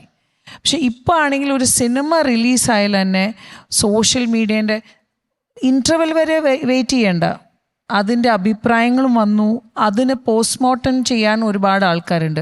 Saddest part is creative freedom ഉണ്ടെങ്കിലും ക്രിയേറ്റീവ്ലി ഇവരെ സാബോട്ടാജ് ചെയ്യാനുള്ള കുറേ ആൾക്കാരുണ്ട്. അത് നേരത്തെ സന്തോഷ് സാർ പറഞ്ഞ പോലെ എതിർത്ത് പറഞ്ഞാൽ അല്ലെങ്കിൽ മോശം പറയുമ്പോഴാണല്ലോ കൂടുതൽ വ്യൂ. നമ്മളുടെ ജനങ്ങളുടെ കയ്യിലാണ് ഇതെല്ലാം. It's all in public. അവരുടെ കയ്യിൽ എന്തുകൊണ്ടാണ് അത് വിടാത്തത്? ദാറ്റ് ഈസ് അഗെയിൻ, അതാ ഞാൻ പറഞ്ഞത്, നമ്മൾ എത്ര ഇപ്പോൾ മിഥുൻ ഇപ്പോൾ പറഞ്ഞില്ലേ ദുബായിൽ വന്ന ആ റൂൾസ്, അങ്ങനത്തെ ഒരു റൂളും ഇവിടെ നടക്കുമോ? ഇത് നടക്കില്ല. ഇപ്പോൾ ഏട്ടൻ പറഞ്ഞ പോലെ നമ്മൾ തന്നെയാണ് നമ്മളുടെ ആൾക്കാരെ ക്രിയേറ്റ് ചെയ്യുന്നത്. We are creating our own demands.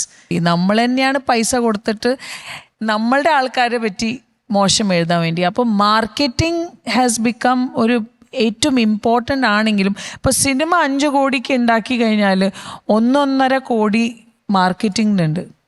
ആണ് തീർച്ചയായും. ധ്യാനിൻ്റെ ഇൻ്റർവ്യൂവിൻ്റെ ചോട്ടിൽ പറയും, ധ്യാനിൻ്റെ ഇൻ്റർവ്യൂ കണ്ടിട്ടാണ് ഞാൻ സിനിമ കാണാൻ പോയത്. എന്തുകൊണ്ടാണ് ആ സിനിമ നടൻ എന്ന രീതിയിൽ എന്തുകൊണ്ടാണ് ധ്യാനിനെ നോക്കാത്തത്? That is why. So people don't know എങ്ങനെയാണ് ഹൗ ടു സെഗ്രിഗേറ്റ്. നമ്മൾ ഇത് പറയുന്ന കൂട്ടത്തിൽ തന്നെ ഒരു കാര്യം പറയേണ്ടതെന്ന് വെച്ച് കഴിഞ്ഞാൽ ഈ അവരായിട്ട് ഉണ്ടാക്കിയെടുക്കുന്ന ഒരു ക്രെഡിബിലിറ്റി ഉണ്ട്. ഇപ്പം നമുക്ക് നല്ല വ്ളോഗേഴ്സ് ഉണ്ട്, നല്ല ഫിലിം വ്ളോഗേഴ്സ് ഉണ്ട്. അവരുണ്ടാക്കിയെടുത്ത ക്രെഡിബിലിറ്റിയിൽ അവരെ കാണാൻ പോകാറുണ്ട്. അപ്പോൾ അവരത് കറക്റ്റായിട്ട് യൂസ് ചെയ്ത് കഴിഞ്ഞാൽ ഭയങ്കരമായിട്ട് സിനിമയ്ക്ക് അത് ഗുണം ചെയ്യുകയും ചെയ്യും. അല്ല, അതിനോട് ചേർത്ത് വെക്കേണ്ട ഒരു കാര്യം, ഇപ്പോൾ അവനവൻ തന്നെ സൃഷ്ടിക്കുന്ന ഒരു എല്ലാ കാര്യത്തിലും ഒരു അതിർവരമ്പ്, ഒരു നിലവാരം വേണം. അത്തരം കാര്യങ്ങൾ അവർ ചിന്തിക്കുകയും അവരുടെ ആ പ്ലാറ്റ്ഫോമിലൂടെ ഇംപ്ലിമെൻ്റ് ചെയ്യുകയും ചെയ്ത അങ്ങനെ ചെയ്തു കഴിഞ്ഞാൽ അക്സെപ്റ്റൻസ് കിട്ടും, റീച്ച് കിട്ടും എന്നൊക്കെ തെളിയിക്കുകയും ആ രീതിയിൽ നിലവാരത്തിലേക്ക് വരികയും ചെയ്ത ആൾക്കാരാണ് ഇപ്പോൾ ഇവിടെ ഈ അവാർഡ് വാങ്ങിക്കാനായിട്ട് ഇവിടെ വന്നിരിക്കുന്നത്. അല്ല ഞാനേ സോഷ്യൽ മീഡിയന്റെ തീരെ അല്ലല്ല, ഞാൻ എതിരായിട്ടല്ല പറഞ്ഞത്. പറയുന്നത്. അല്ലല്ല, ശ്വേതജി. Amazing, hats off. കെ പറഞ്ഞ ഒരു പോയിന്റ് എന്താന്ന് വെച്ച് കഴിഞ്ഞാൽ നമ്മളും ആ പറയുന്ന ആ നെഗറ്റിവിറ്റി ഒഴിവാക്കി ഒരുപക്ഷെ വളരെ പോസിറ്റീവായി Yeah. വളരെ ക്രിയേറ്റീവായിട്ട് സമൂഹത്തിന് കോൺട്രിബ്യൂട്ട് ചെയ്യുന്ന ആൾക്കാരെയാണ് ആൾക്കാരാണ്, ഇന്ന് yes. ഇവിടെ അവാർഡ് കൊടുക്കാനായിട്ട് വിളിച്ചിരിക്കുന്നത്. ടോട്ടലി. അപ്പോ അതും അതിന്റെ കൂട്ടത്തിലുണ്ട് എന്നുള്ളത് പറയാതിരിക്കാൻ സാധിക്കില്ല. സാർ നേരത്തെ പറഞ്ഞ പോലെ ഇതിനെ നെഗറ്റീവായിട്ട് ഉപയോഗിക്കാം, പോസിറ്റീവായിട്ട് ഉപയോഗിക്കാം എന്ന് തെളിയിച്ച അല്ല, ആൾക്കാരാണ് ഞാനിപ്പോ എന്റെ ഇലക്ഷന്റെ സമയത്ത് വന്ന ഒരു കേസ് എനിക്കിപ്പോഴും മനസ്സിലാവില്ല എന്തുകൊണ്ടാണ് കോടതി ആ കേസ് എടുത്തത്. ബിക്കോസ് സെൻസർ ചെയ്യപ്പെട്ട് 12 വർഷം മുമ്പേ വന്ന പടങ്ങളുടെ മുകളിലാണ്, അതിൻ്റെ അടിസ്ഥാനത്തിലാണ് ആ കേസ് വരുന്നത്. ജസ്റ്റ് ബിക്കോസ് ഒരു സ്ത്രീ, അവിടെയാണ് ഞാൻ പറഞ്ഞത്. അപ്പോൾ പറയും നിങ്ങൾ ജെൻഡർ കളിക്കുകയാണ്. ജെൻഡർ അല്ല, ഒരു സ്ത്രീ ആദ്യമായിട്ട് ഒരു പൊസിഷന് വേണ്ടിയിട്ട് എന്താ പറയുക നമ്മൾ മത്സരിക്കുമ്പോൾ നമ്മളുടെ ആൾക്കാർ തന്നെയാണ്. സോ നമുക്കറിയാം നമ്മളുടെ ആരാണ് നമ്മുടെ എതിരായിട്ട് നിൽക്കുന്നത്. ഞാൻ അക്കാര്യത്തിൽ അഡ്വക്കേറ്റ് ജയശങ്കറിന് എന്തായാലും അല്ല, അതിൽ 2-3 കാര്യങ്ങളുണ്ട്. ലോകത്ത് എല്ലാ രംഗത്തുമുള്ള പോലെ നീതിന്യായ സംവിധാനത്തിലും മനോരോഗികളും ഉണ്ട്. അതുകൊണ്ടാണല്ലോ ആ കേസ് അല്ലെങ്കിൽ കോടതിയുടെ ചവറ്റുകോട്ടയിൽ കിടക്കേണ്ട കേസാണ്. എന്തും പറയാനുള്ള ലൈസൻസ് ഇപ്പം ജയശങ്കർ സാറിന് കൊടുത്തിട്ടുണ്ടെന്ന് പറയണ പോലെ സിനിമയിൽ എന്തും പറയാനുള്ള ലൈസൻസ് കൊടുത്തിട്ടുള്ള ഒരാൾ ഇരിപ്പുണ്ട്.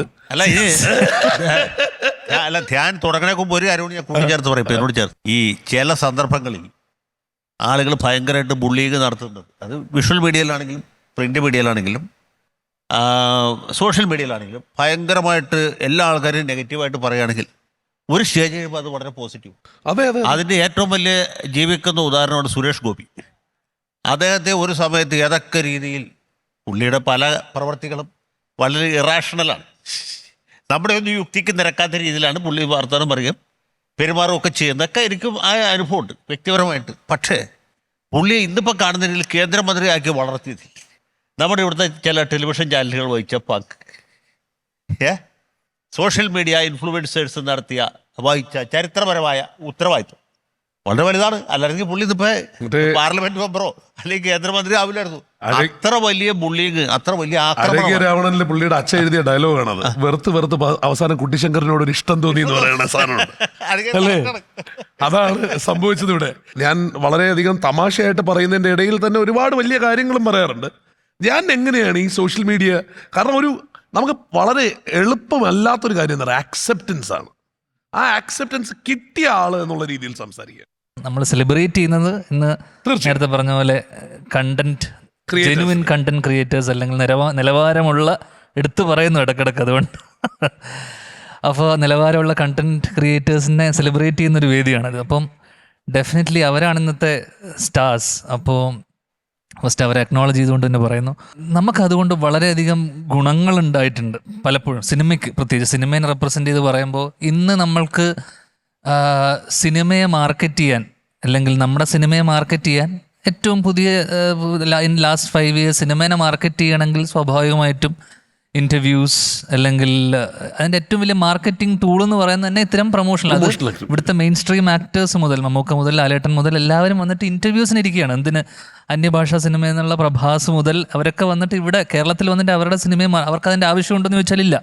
പക്ഷെ എന്നിട്ട് പോലും ഇവിടുത്തെ ഓൺലൈൻ മീഡിയ ചാനലുകളുടെയും അല്ലെങ്കിൽ സാറ്റലൈറ്റ് ചാനലുകളുടെയും എന്തിന് ഇവിടുത്തെ യൂട്യൂബേഴ്സ്, പേളി ഉൾപ്പെടെയുള്ള ഡിജിറ്റൽ കണ്ടന്റ് ക്രിയേറ്റർ ആണ് പേളി ഉൾപ്പെടെയുള്ള അവരുടെ വരെ യൂട്യൂബിന്റെ മനീഷ് നാരായണൻ, മനീഷ്, അപ്പോൾ ഇവരൊക്കെ പോഡ്കാസ്റ്റിലൊക്കെ വന്നിട്ട് അവരുടെ സിനിമയെ അവർ പ്രൊമോട്ട് ചെയ്യണം. അവരുടെ ഇൻസ്റ്റഗ്രാം റീലുകളിലൂടെയും അല്ലെങ്കിൽ പേജുകളിലൂടെ മാർക്കറ്റ് ചെയ്യുന്നുണ്ട്. അപ്പം സിനിമയ്ക്ക് ഡെഫിനറ്റ്ലി ഏതെങ്കിലും ഒരു രീതിയിൽ അൾട്ടിമേറ്റ്ലി സിനിമ നല്ലതല്ലെങ്കിൽ ഒരു കാര്യമില്ല. പക്ഷെ അതാണ് ഇന്നത്തെ മാർക്കറ്റിംഗ് സ്ട്രാറ്റജീസ് ഇനീഷ്യൽ മസ്റ്റ് എല്ലാവരും. കാരണം നമ്മൾ 2-3 അല്ലെങ്കിൽ 3-4 ദിവസം മാറ്റി വെക്കുന്നത് ഇത്തരം ഓൺലൈൻ ചാനലുകൾക്ക് ഇൻ്റർവ്യൂ കൊടുക്കാനും അല്ലെങ്കിൽ പോഡ്കാസ്റ്റുകൾക്കും ഇതിനു വേണ്ടിയിട്ട്. പക്ഷെ ഒരു പരിധി വരെ സിനിമയെ ആൾക്കാർ ഇങ്ങനൊരു സിനിമ ഉണ്ടെന്ന് അറിയാൻ വേണ്ടി സഹായിക്കാൻ അല്ലെങ്കിൽ വേറെ വഴിയില്ല. കാരണം പണ്ടൊക്കെയാണ് നമ്മളിപ്പോൾ സാറ്റലൈറ്റ് TV പരിപാടികളിലൂടെയാണ് മാർക്കറ്റ് ചെയ്തിരുന്നത്. അതിപ്പം തീരെ ഇല്ലാതായി. അല്ലെങ്കിൽ നമ്മളിപ്പോൾ അതൊക്കെ ചെയ്യാറുണ്ട്, പക്ഷെ എന്നാൽ പോലും പഴയ പോലെ അതില്ല. എല്ലാം ഡിജിറ്റലായി. അപ്പം ഡെഫിനറ്റ്ലി നമ്മൾക്ക് അതുകൊണ്ട് ഗുണങ്ങളെ ഉണ്ടായിട്ടുള്ളൂ സിനിമയ്ക്ക്. ടി വിക്കാർക്ക് നിങ്ങളെ കിട്ടുന്നില്ല എന്നുള്ളതാണ് പരാതി. അല്ല അത് അതിൽ അതാണ് പറഞ്ഞത്. തന്നെയുള്ള സിനി അടുത്തതിൻ്റെ അതിൻ്റെ ഒരു കോൺട്രഡിക്ടറി ആയിട്ടുള്ള വേറെ സാധനം വെച്ചാൽ അതിനെ ഫോളോ ചെയ്ത് വരുന്ന റിവ്യൂസ്. അതും ഇപ്പം നമ്മൾ നോക്കുമ്പോൾ വെരി ഫസ്റ്റ് ഡേ തന്നെ ഒരു ഷോ കഴിയുമ്പോഴേക്ക് ആ സിനിമ വളരെ സബ്ജക്റ്റീവായിട്ടുള്ളൊരു കാര്യമാണ്. ആ ഒരാൾക്ക് ഇഷ്ടപ്പെട്ടില്ലെങ്കിൽ ഇതേപോലൊരു കണ്ടന്റ് ക്രിയേറ്റർ വന്നിട്ട് അയാൾ പറയും, അയാൾ വളരെയധികം എന്ന് വെച്ചാൽ സ്പോയിലർ ഉൾപ്പെടെ, ഒരു സിനിമയുടെ സ്പോയിലർ ഉൾപ്പെടെ മാത്രമല്ല അത് അതിന്റെ മാസിന്റെ ശരിക്കും പറഞ്ഞ അഭിപ്രായത്തെ സ്വാധീനിക്കാറില്ലേ അത് വളരെ അതെ അതെ കൃത്യമായിട്ട്. തീർച്ചയായിട്ടും. പക്ഷേ അപ്പം നേരത്തെ പറഞ്ഞ പോലെ, സന്തോഷ് സാറ് പറഞ്ഞ പോലെ, ചില ആൾക്കാർ അവർ ബ്ലൈൻഡായിട്ട് വിശ്വസിച്ച് അല്ലെങ്കിൽ എപ്പോഴും നല്ലത് പറയുമ്പോഴല്ലല്ലോ നമ്മൾക്ക് പെട്ടെന്ന് നെഗറ്റിവിറ്റീനെയാണ് പെട്ടെന്ന് ക്യാച്ച് ചെയ്യുക. അപ്പോൾ പെട്ടെന്നൊരു പടം കൊള്ളില്ല അല്ലെങ്കിൽ ആ പടത്തിന് ഇത്രയും പ്രശ്നങ്ങളുണ്ടെന്ന് പറയുന്ന സമയത്ത് എന്തുകൊണ്ട് കൊള്ളില്ല എന്ന് കാണാനായിരിക്കും നമ്മളും പോവുക.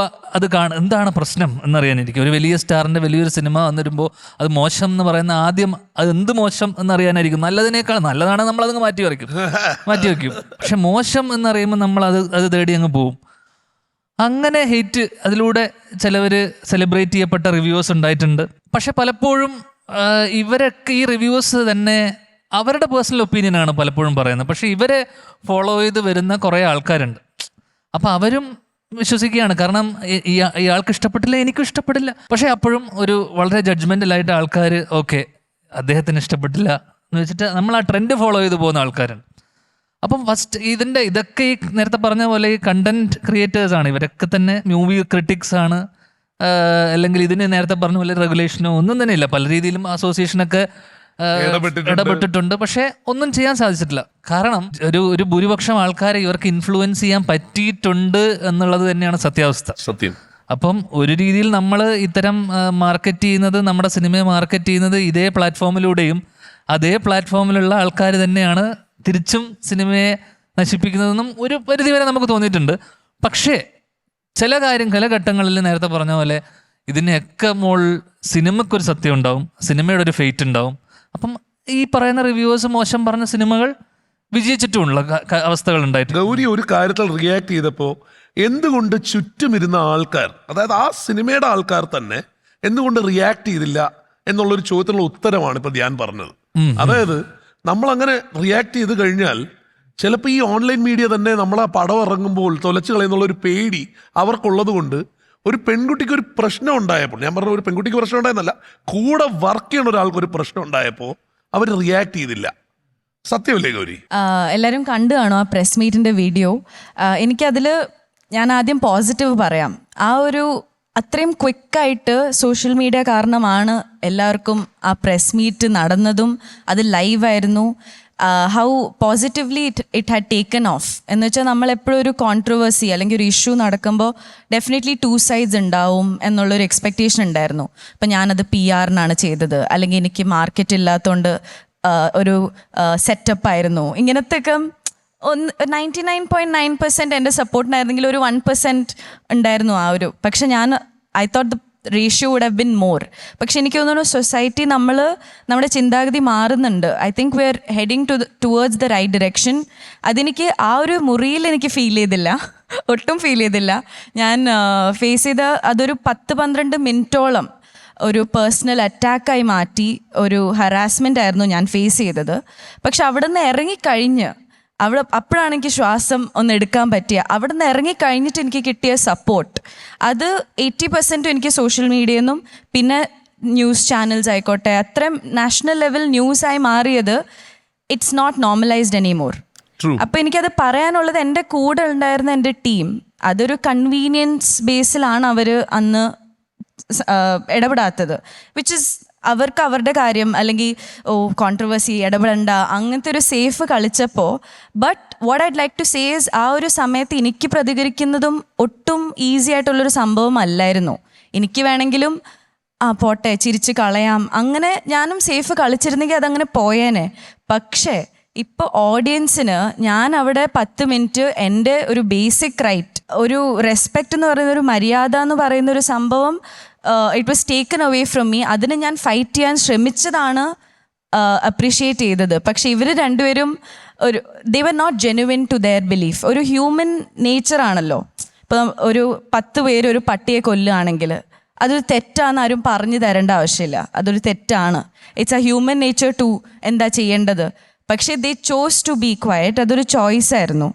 പക്ഷെ അറ്റ് ദി എൻഡ് അത് ഓണപ്പ് ചെയ്യാനോ അല്ലെങ്കിൽ ഒരു അക്കൗണ്ടബിലിറ്റി എടുക്കാനോ രണ്ട് ഭാഗത്തിലുണ്ടായിരുന്നു. എന്നോട് ഈ ചോദ്യം ചോദിച്ച ജേർണലിസ്റ്റ് എന്ന് പറയുന്നില്ല, പുള്ളി ഒരു എന്താ പറയണ്ടത്, ഞാനതാ അവിടെ ഈ ജേർണലിസ്റ്റ് എന്ന് പറയുമ്പോൾ ഈ ഇരിക്കുന്ന ജേർണലിസ്റ്റുകൾക്ക് അതെ, ചിലപ്പോൾ അതൊരു മോശം കാര്യമാവാം. കാരണം നേരത്തെ കെ പറഞ്ഞ പോലെയാണ്, ഇവരെല്ലാവരും ഒരുപാട് പഠിച്ചല്ലെങ്കിൽ അവർ അതിന്റെ ഒരു ധാർമ്മികത മനസ്സിലാക്കിയിട്ട് ചെയ്യുമ്പോൾ ചില ആൾക്കാർ ഒരു മൊബൈൽ ഫോൺ കയ്യിലുണ്ടെന്നുള്ളതും ഇത് ലൈവായിട്ട് ഇട്ട് കഴിഞ്ഞാൽ ആൾക്കാർ കാണാനുണ്ട് എന്നുള്ളതുമായിട്ടുള്ള ധാരണയിൽ മാത്രം ചെയ്യുന്ന ചില കാര്യങ്ങളാണ് അതല്ല. ഇൻഫാക്ട് ഞാനും പഠിച്ചത് ജേർണലിസം ആയിരുന്നു. എനിക്കൊരു ജേർണലിസ്റ്റ് ആവണം എന്ന് ആഗ്രഹിച്ച് പഠിച്ച ഒരു ഇൻഡസ്ട്രിക്ക് ഒരു ഡിസ്ഗ്രേസ് ആണ് അങ്ങനത്തെ ആൾക്കാർ. And even in the press meet ഞാൻ പറഞ്ഞു, ഐ എം നോട്ട് ജനറലൈസിങ്. കഷ്ടപ്പെട്ട് ഇതിന് പണിയെടുക്കുന്ന ആൾക്കാരെ ഞാൻ മോശമായിട്ടല്ല പറയുന്നത്, പക്ഷെ ഇങ്ങനത്തെ എല്ലാ ഇൻഡസ്ട്രിയിലും ഉള്ള പോലത്തെ ഒരു ഡിസ്ഗ്രേസ് പോലത്തെയാണ്. But the fact that nobody stopped it. ആ പുള്ളിക്ക് എന്ത് അർഹതയായിരുന്നു ഉണ്ടായിരുന്നത് ആ മുറിയിൽ? He didn't deserve a place there. He should have been kicked out of that room എന്ന് എനിക്ക് ഇപ്പം തോന്നുന്നു. ഞാൻ പുള്ളിയുടെ ചോദ്യം ഒരു വിഡ്ഢിത്തരമായിരുന്നു എന്ന് പറഞ്ഞത് പുള്ളിയുടെ മേൽ ego. So I feel like we all take it to personally. At the end ആ ചോദ്യം ഒരു റിയലിസ്റ്റിക് ആയിട്ട് അല്ലെങ്കിൽ ഒരു എൻ്റെ സിനിമയെ പറ്റിയോ എൻ്റെ കഥാപാത്രത്തിനെ പറ്റിയോ ഞാൻ ചെയ്ത കഷ്ടപ്പെട്ട വർക്കിനെ ഇത് ചെയ്യാനാണ്. And there is A entitled ആയിട്ടുള്ളൊരു ആറ്റിറ്റ്യൂഡ് ഉണ്ട് ചില പ്രസ് വർക്കേഴ്സിന്. ഞങ്ങൾ നിങ്ങളുടെ പടത്തിന് പ്രൊമോട്ട് ചെയ്യുന്ന അതിനായിട്ടാണ് വന്നിരിക്കുന്നത്. സോ ഇൻഫാക്ട് ആ ഹീറോ എൻ്റെ കൂടെ അഭിനയിച്ച പയ്യൻ്റെ ഫസ്റ്റ് മൂവിയാണ്. അപ്പോൾ പുള്ളി ഇങ്ങനെ എല്ലാവരെയും ഒന്ന് കാമാക്കാൻ നോക്കിയപ്പോൾ ഇങ്ങനെ പറഞ്ഞെന്ന്, നിന്റെ ഫസ്റ്റ് പടമല്ലേ അടങ്ങ്, അങ്ങനത്തെ ഒരു ആറ്റിറ്റ്യൂഡ് ഉണ്ട്. So I feel like but isn't it a coexistence അല്ലേ? നമ്മൾ മീഡിയ ആൻഡ് ആർട്ടിസ്റ്റ് അല്ലെങ്കിൽ ഈ ഒരു സിനിമ എന്ന് പറയുന്നത് it's co existent. Nobody is doing each other any favour. ഇത് തന്നെയാണല്ലോ ഇന്നിപ്പോ നമ്മൾ എസ്റ്റാബ്ലിഷ് ചെയ്യാൻ ശ്രമിക്കുന്നതും അത് തന്നെയാണ്. ഇന്നിപ്പോ നമ്മൾ first life time achievement award നൽകി ആദരിച്ച രണ്ടുപേരും നമുക്ക് നൽകിയിട്ടുള്ളതെന്ന് പറയുന്നത് അവര് ശരിക്കും പറഞ്ഞാൽ നമ്മുടെ മറ്റേതാണ് കറക്റ്റ് ഒരു വഴി. മിഥുനെ ഇതിനകത്ത് ജയശങ്കർജി പറഞ്ഞ ഒരു പ്രധാനപ്പെട്ട കാര്യമുണ്ട്. ഇപ്പോൾ ഏതെങ്കിലും ഒരു സോഷ്യൽ മീഡിയയിൽ ഇപ്പോൾ നമ്മളിപ്പോൾ 85 ലക്ഷം കേബിൾ വീടുകളുണ്ട് കേരളത്തിൽ. അവിടെയൊക്കെ ടെലിവിഷനുണ്ട്, അതുകൂടാതെ DTH ഉണ്ട്. അപ്പോൾ നമ്മൾ ഈ പറയുന്നില്ലെന്ന് മാത്രമേ ഉള്ളൂ. പക്ഷേ ഇതിനകത്തുള്ള ഏറ്റവും വലിയൊരു അപകടം എന്താണെന്നറിയാമോ? ഇപ്പം ഞാനിപ്പം നാളെ സന്തോഷ് ജോർജ് കുളങ്ങര കുറേ തെളിവുകൾ നിരത്തി ഇങ്ങനെ കേരളത്തിൽ ജീവിക്കാൻ പറ്റുമെന്ന്, അയാളെ വെടിവെച്ച് കൊല്ലേണ്ട സമയം കഴിഞ്ഞു എന്നൊക്കെ പറഞ്ഞ് അങ്ങ് പറയാമെന്ന് വെച്ചു. ഞാൻ കുറേ തെളിവുകൾ നിരത്തുന്നുണ്ട്, ഇങ്ങനെ കേരളത്തെ അപമാനിക്കുന്നുണ്ട്, പല രീതിയിൽ ഞാൻ കൊണ്ടുവരികയാണ്. എൻ്റെ ഏറ്റവും അടുത്ത സുഹൃത്തായിരിക്കും മിഥുൻ. പക്ഷേ മിഥുൻ ഒരിക്കലും ഒരു അഭിപ്രായം പറയാൻ തയ്യാറാവത്തില്ല. നമ്മളതിനകത്ത് ഇടപെട്ട നമ്മളെയും കൂടെ അവർ പൊരിച്ചു കളയും എന്ന് വിചാരിച്ച ആളുകൾ. പണ്ടങ്ങനല്ല, ഒരു ടെലിവിഷൻ ചാനൽ ഒരു കാര്യം പറഞ്ഞാലും ശരി, മറ്റൊരു ടെലിവിഷൻ ചാനൽ ചിലപ്പം വേറെ വാർത്തകൾ കൊണ്ടുവന്ന് വരും. അതിപ്പം നടക്കുന്നില്ലെന്നുള്ള. ഞാൻ ഈ ഉദാഹരണം പറഞ്ഞു കഴിഞ്ഞാൽ, ഈ അടുത്തിടെ എനിക്ക് വളരെ നേരിട്ട് ഞാൻ വേറൊരു കേസുമായി ബന്ധപ്പെട്ട് ഇവിടെ സംസ്ഥാനത്ത് ഒരു SP-യുമായിട്ട് സംസാരിക്കേണ്ടി വന്നു. അപ്പോൾ പുള്ളിയാണ് ആ കേസ് അന്വേഷിക്കുന്നത്. അപ്പോൾ ഞങ്ങളുടെ വാർത്താമുറിയിൽ തന്നെ ഈ SP-ക്കെതിരായിട്ട് വാർത്ത വന്നു. അപ്പോൾ വാർത്ത ഞാൻ തന്നെ വായിക്കുവാൻ നിന്നു ഈ SP-യെക്കുറിച്ച്. അപ്പോൾ ഞാനങ്ങ് വായിച്ചു പോയി. പിന്നെ എനിക്ക് ഈ SP-യുടെ പേര് പറയാതിരിക്കാൻ പറ്റത്തില്ല. ഞാനങ്ങ് വായിച്ച് തീർത്തു. എന്നിട്ട് ഞാൻ ചോദിച്ചു, ഈ വാർത്ത അയച്ച റിപ്പോർട്ടറെ ഞാൻ വിളിച്ചു. എന്നിട്ട് ഞാൻ ചോദിച്ചു, നിനക്ക് ഈ മനുഷ്യനെ അറിയാമോ എന്ന് ചോദിച്ചു. ഇല്ലേ, വാർത്ത കിട്ടിയത് അത് അവിടുന്ന് തന്നെ വേറെ ആളിൽ അഡ്ജസ്റ്റ് ചെയ്ത് കൊടുത്താൽ, എൻ്റെ കൗണ്ടർ ഗ്രൂപ്പ് ഉണ്ടല്ലോ അവിടെ തന്നെ, അപ്പോൾ അവർ കൊടുത്താൽ. അപ്പം ഞാൻ പറഞ്ഞു, നീ ചെയ്യുന്ന അപരാധം എന്താണെന്നറിയാമോ? അതായത് ഈ നാട്ടിൽ എന്തെങ്കിലും ഒരു മാറ്റം കൊണ്ടുവരണമെന്നൊരു നീതിബോധമുള്ളൊരു പോലീസ് ഉദ്യോഗസ്ഥനാണ് അതെങ്കിൽ അദ്ദേഹത്തിൻ്റെ കടയറത്ത് വീഴ്ത്തുക നീ. എന്നുവെച്ചാൽ അങ്ങേര് എന്തിനാണ് ഇത് ചെയ്യുന്നതെന്ന് അങ്ങേര് വെറുതെ ആലോചിച്ചു. അങ്ങനെ ടെൻഷനായി, ഈ ഒരു വാർത്ത കൊടുത്ത് അങ്ങനെ ടെൻഷനാക്കി. അപ്പോൾ ഞാൻ എന്നിട്ട് അദ്ദേഹത്തോട് പറഞ്ഞു, ഞാൻ ആ വാർത്ത വലിച്ചിട്ടുണ്ട്, പക്ഷേ ഞാനും വായിക്കേണ്ടി വന്നുപോയി, സോറി, എനിക്കറിയാം നിങ്ങളതൊന്നും ചെയ്തിട്ടില്ലെന്ന് എന്ന് പറഞ്ഞപ്പോൾ അദ്ദേഹം പറയണേ, ഞാനിതൊക്കെ ജയശങ്കർ പറഞ്ഞ പോലെ ടെലിവിഷൻ കാണുന്നില്ല എന്ന് പറഞ്ഞില്ലേ, എന്ന് പറഞ്ഞു, ഇതൊന്നും കാണാതിരിക്കുന്നതുകൊണ്ട് എൻ്റെ സമാധാനം പോകുന്നില്ല, ഇതൊക്കെ കണ്ടു കഴിഞ്ഞാൽ നമുക്ക് വീട്ടിൽ പോയാൽ ഉറക്കം വരത്തില്ലെന്ന് അദ്ദേഹം പറഞ്ഞു. നമ്മൾ മലയാളത്തിൽ ഞാൻ കണ്ടതിലേക്ക് ഏറ്റവും സീരിയസ് ആയിട്ടുള്ള ഉദാഹരണം, സിനിമാ നടൻ മുരളി മരിച്ചു. പ്രമുഖ നാടക സിനിമാ നടൻ മുരളി ബ്രാക്കറ്റിൽ 55 അന്തരിച്ചു. കരൾ രോഗ സംബന്ധമായി ചികിത്സയിലായിരുന്നു. അത്രയുള്ള വാർത്ത നമ്മുടെ നേരത്തെ അറിയിക്കുന്ന പത്രത്തിൻ്റെ ഓൺലൈനിൽ വന്നാണ്. ഫോട്ടോയും ഉണ്ട്. ഫോട്ടോ ആരാന്നറിയോ? കരുണാകരൻ്റെ മകൻ മുരളി. എങ്ങനെയുണ്ട്? അത്ര വലിയ തെറ്റ് ആർക്കെങ്കിലും വരുത്താൻ പറ്റുമോ? സോഷ്യൽ മീഡിയ ബെറ്റർ ആണ്. അല്ല, അതാ ഞാൻ പറഞ്ഞു വരാൻ കാര്യം എന്ന് വെച്ചാൽ, ചാനലുകൾക്ക് ഇത്രയും തെറ്റ് പറ്റുമ്പോൾ ഈ ചാനലൊക്കെ വളർന്നു വരുന്ന അതാണ് കറക്റ്റ്. നമ്മളെ പോലെയുള്ളവർക്ക് ഇപ്പൊ ഞാൻ തെറ്റ് പറയാൻ പറ്റുമോ? പറ്റില്ല. കാരണം വെച്ച് കഴിഞ്ഞാൽ ഇപ്പം ചേട്ടൻ നേരത്തെ പറഞ്ഞ ധാർമ്മികത, മൂല്യം, ഇതൊന്നും ഇപ്പൊ ഈ പറഞ്ഞതിലൊന്നുമില്ല. ഓക്കെ. രണ്ടാമത്തെ കാര്യം എന്ന് വെച്ച് കഴിഞ്ഞാൽ ഇപ്പം ഞാൻ ഒരു 10 വർഷം മുന്നേ വരെ സ്ഥിരമായി, അല്ലെങ്കിൽ ഒരു 8 വർഷം മുന്നേ വരെ അച്ഛൻ ന്യൂസ് ചാനൽ കാണുന്ന കൂടെ ഇരുന്ന് കണ്ടിരുന്ന ആളാണ്. അപ്പോൾ അഡ്വക്കേറ്റ് സാറിൻ്റെയൊക്കെ ഞങ്ങൾ ഒരിഞ്ഞ പോരാട്ടങ്ങളാണ് രാത്രി. അപ്പം ഇതൊക്കെ കണ്ടിട്ടുള്ള അന്നത്തെ യുവജനതയായ ഞാൻ പിന്നീട് വർഷങ്ങൾക്ക് ശേഷം യൂട്യൂബൊക്കെ വന്നു കഴിയുമ്പോൾ എനിക്ക് തോന്നുകയാണ് എനിക്കും സാറിനെ പോലെ സംസാരിക്കണം, പ്രതികരിക്കണം തോന്നിയിട്ട് ഞാൻ യൂട്യൂബിൻ്റെ കാലത്ത് ഇതേപോലൊരു ചാനൽ തുടങ്ങിയിട്ട് പുലഭ്യം തെറി വിളിക്കുക ഒരുത്തന് എന്ത് തെറ്റ് പറയാൻ പറ്റും? ഇതിനകത്തൊരു ചെറിയ വ്യത്യാസം ഇത്രയേ ഉള്ളൂ. ടെലിവിഷന്റെ കാലത്ത് ആ കാലത്തുണ്ടായിരുന്ന ഇത്തരത്തിലുള്ള അബദ്ധങ്ങൾ നമുക്കിങ്ങനെ എണ്ണി എണ്ണി പറയാൻ പറ്റും. മറ്റേത് എണ്ണാനേ പറ്റില്ല എന്നുള്ളതാണ് ഈ വ്യത്യാസം.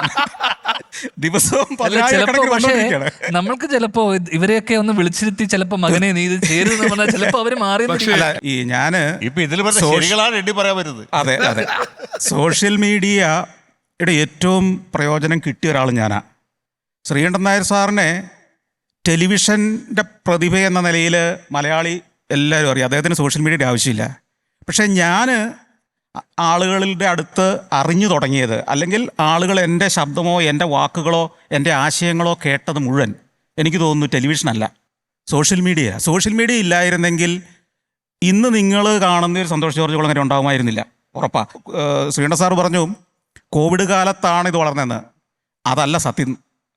കോവിഡ് കാലത്ത് അത് വളർന്നു എന്നുള്ളത് സത്യമാണ്. പക്ഷേ BSNL നിന്ന് ജിയോയിലേക്ക് ടെക്നോളജി മാറി അന്ന് മുതലാണ് ഇത് മാറിയത്. ഇന്റർനെറ്റ് മര്യാദയ്ക്ക് ഫോണിൽ കിട്ടാൻ തുടങ്ങിയപ്പോൾ, ഇന്റർനെറ്റിന് സ്പീഡ് ഉണ്ടായപ്പോൾ മനുഷ്യൻ കാണാൻ തുടങ്ങി. അതായത് ഈ അംബാനിയെ നമ്മൾ കാലത്ത് വൈകുന്നേരം ഉച്ചയ്ക്കൊക്കെ ചെയ്ത് ഹോമിയോ മരുന്ന് കഴിക്കണ പോലെ ചീത്ത പറഞ്ഞാലും ഇല്ലേ, മുതലാളിയെ കൊണ്ട് ചില ഗുണങ്ങളുണ്ടായിട്ടുണ്ട്. വളരെ വിശാലമായൊരു വിഷയമാണ്. കാരണം ഇവിടെ തീരില്ല. കേന്ദ്രമന്ത്രി അശ്വിനി വൈഷ്ണവ് കഴിഞ്ഞ ദിവസം പറഞ്ഞത് വളരെ പ്രധാനപ്പെട്ട ഒരു തീരുമാനം കേന്ദ്ര സർക്കാർ കൈക്കൊണ്ടിരിക്കുന്നു. ആ തീരുമാനം എന്ന് പറയുന്നത് ഈ AI വ്യാജ വീഡിയോ, ഡീപ് ഫേക്ക് വീഡിയോസ് ഒക്കെ വരുന്ന അതാത് സോഷ്യൽ മീഡിയ പ്ലാറ്റ്ഫോം അതിൻ്റെ ഉത്തരവാദിത്തം ഏറ്റെടുക്കണം. അങ്ങനെ ഉത്തരവാദിത്തം ഏറ്റെടുത്ത് അവരത് തടയണം. ഇല്ലെങ്കിൽ കേന്ദ്ര സർക്കാർ അവർക്കെതിരെ നടപടി സ്വീകരിക്കും. പറഞ്ഞ പോലെ ആ ലെവലിൽ റെഗുലേഷൻ വന്നാൽ മാത്രമേ അതിലൊരു കൺട്രോൾ ചെയ്യാൻ പറ്റുള്ളൂ. അല്ലെങ്കിൽ നമുക്ക് ഒരിക്കലും ഒന്നും ചെയ്യാൻ നമുക്ക് അത് തന്നെയാണ് നമ്മൾ കൺക്ലൂഡ് ചെയ്യാനും പറയേണ്ടത്. അത് തന്നെയാണ്. അതിന് വേണ്ടിയിട്ട് സ്ട്രിക്റ്റ് ആയിട്ടുള്ള ഗവൺമെന്റ് നോംസ് ഒക്കെ വന്നാൽ മാത്രമേ നമുക്ക് അത്തരത്തിലുള്ള എന്തെങ്കിലും നിയമ നടപടികൾ കൊണ്ടുപോകാനും ഒക്കെ സാധിക്കുള്ളൂ, അത് നിർത്താൻ പറ്റുള്ളൂ. ഏതായാലും വളരെയധികം സന്തോഷം. എല്ലാവരും ഒന്നിച്ചുള്ള ഒരു ചർച്ചയിൽ പങ്കെടുത്ത് നേരത്തെ KK പറഞ്ഞ പോലെ ഇത് തീരാത്തൊരു വിഷയമാണ്. അതെ അതെ. പക്ഷെ അപ്പോഴും നമ്മൾ വളരെ സന്തോഷമായിട്ടത് അവസാനിപ്പിക്കുകയല്ല. ഈ ചർച്ച കഴിഞ്ഞ് നമ്മൾ അവാർഡിലോട്ട് കടക്കുമ്പോൾ പറയാം അഭിമാനപൂർവ്വം, ഇന്ന് നമ്മളിവിടെ കൊണ്ടുവന്നിരിക്കുന്ന 40 പേരും, നിങ്ങൾ 2 പേരും ഉൾപ്പെടെയുള്ള 40 പേരും വളരെ കൃത്യമായി ആ മാധ്യമം ഉപയോഗിക്കുകയും അതുകൊണ്ട് മറ്റുള്ളവർക്ക് ദോഷം വരാത്ത രീതിയിൽ അത് കൊണ്ടുപോവുകയും ചെയ്യുന്നത് കൊണ്ട് തന്നെയാണ്, മാത്രമല്ല മറ്റുള്ളവർക്ക് മാതൃകയാകത്തക്ക രീതിയിൽ കൊണ്ടുവന്നു എന്നുള്ളത് കൊണ്ട് തന്നെയാണ് നിങ്ങളെയൊക്കെ ഇന്ന് അംഗീകരിക്കാൻ ഇവിടെ കൊണ്ടുവന്നിരിക്കുന്നത്. Thanks a lot everyone. Thank you. ഇതിൽ പാർട്ടിസിപ്പേറ്റ് ചെയ്തതിന് വളരെയധികം നന്ദി. ഒപ്പം നമുക്ക് സാറിൻ്റെ ആ വാക്കിൽ തന്നെ നിർത്താം, നെഗറ്റീവിനല്ല പോസിറ്റീവിന് തന്നെയാണ് ഇന്നും ഏറ്റവും കൂടുതൽ ആൾക്കാരുള്ളത്. Thanks a lot. Thank you so much. Thank U.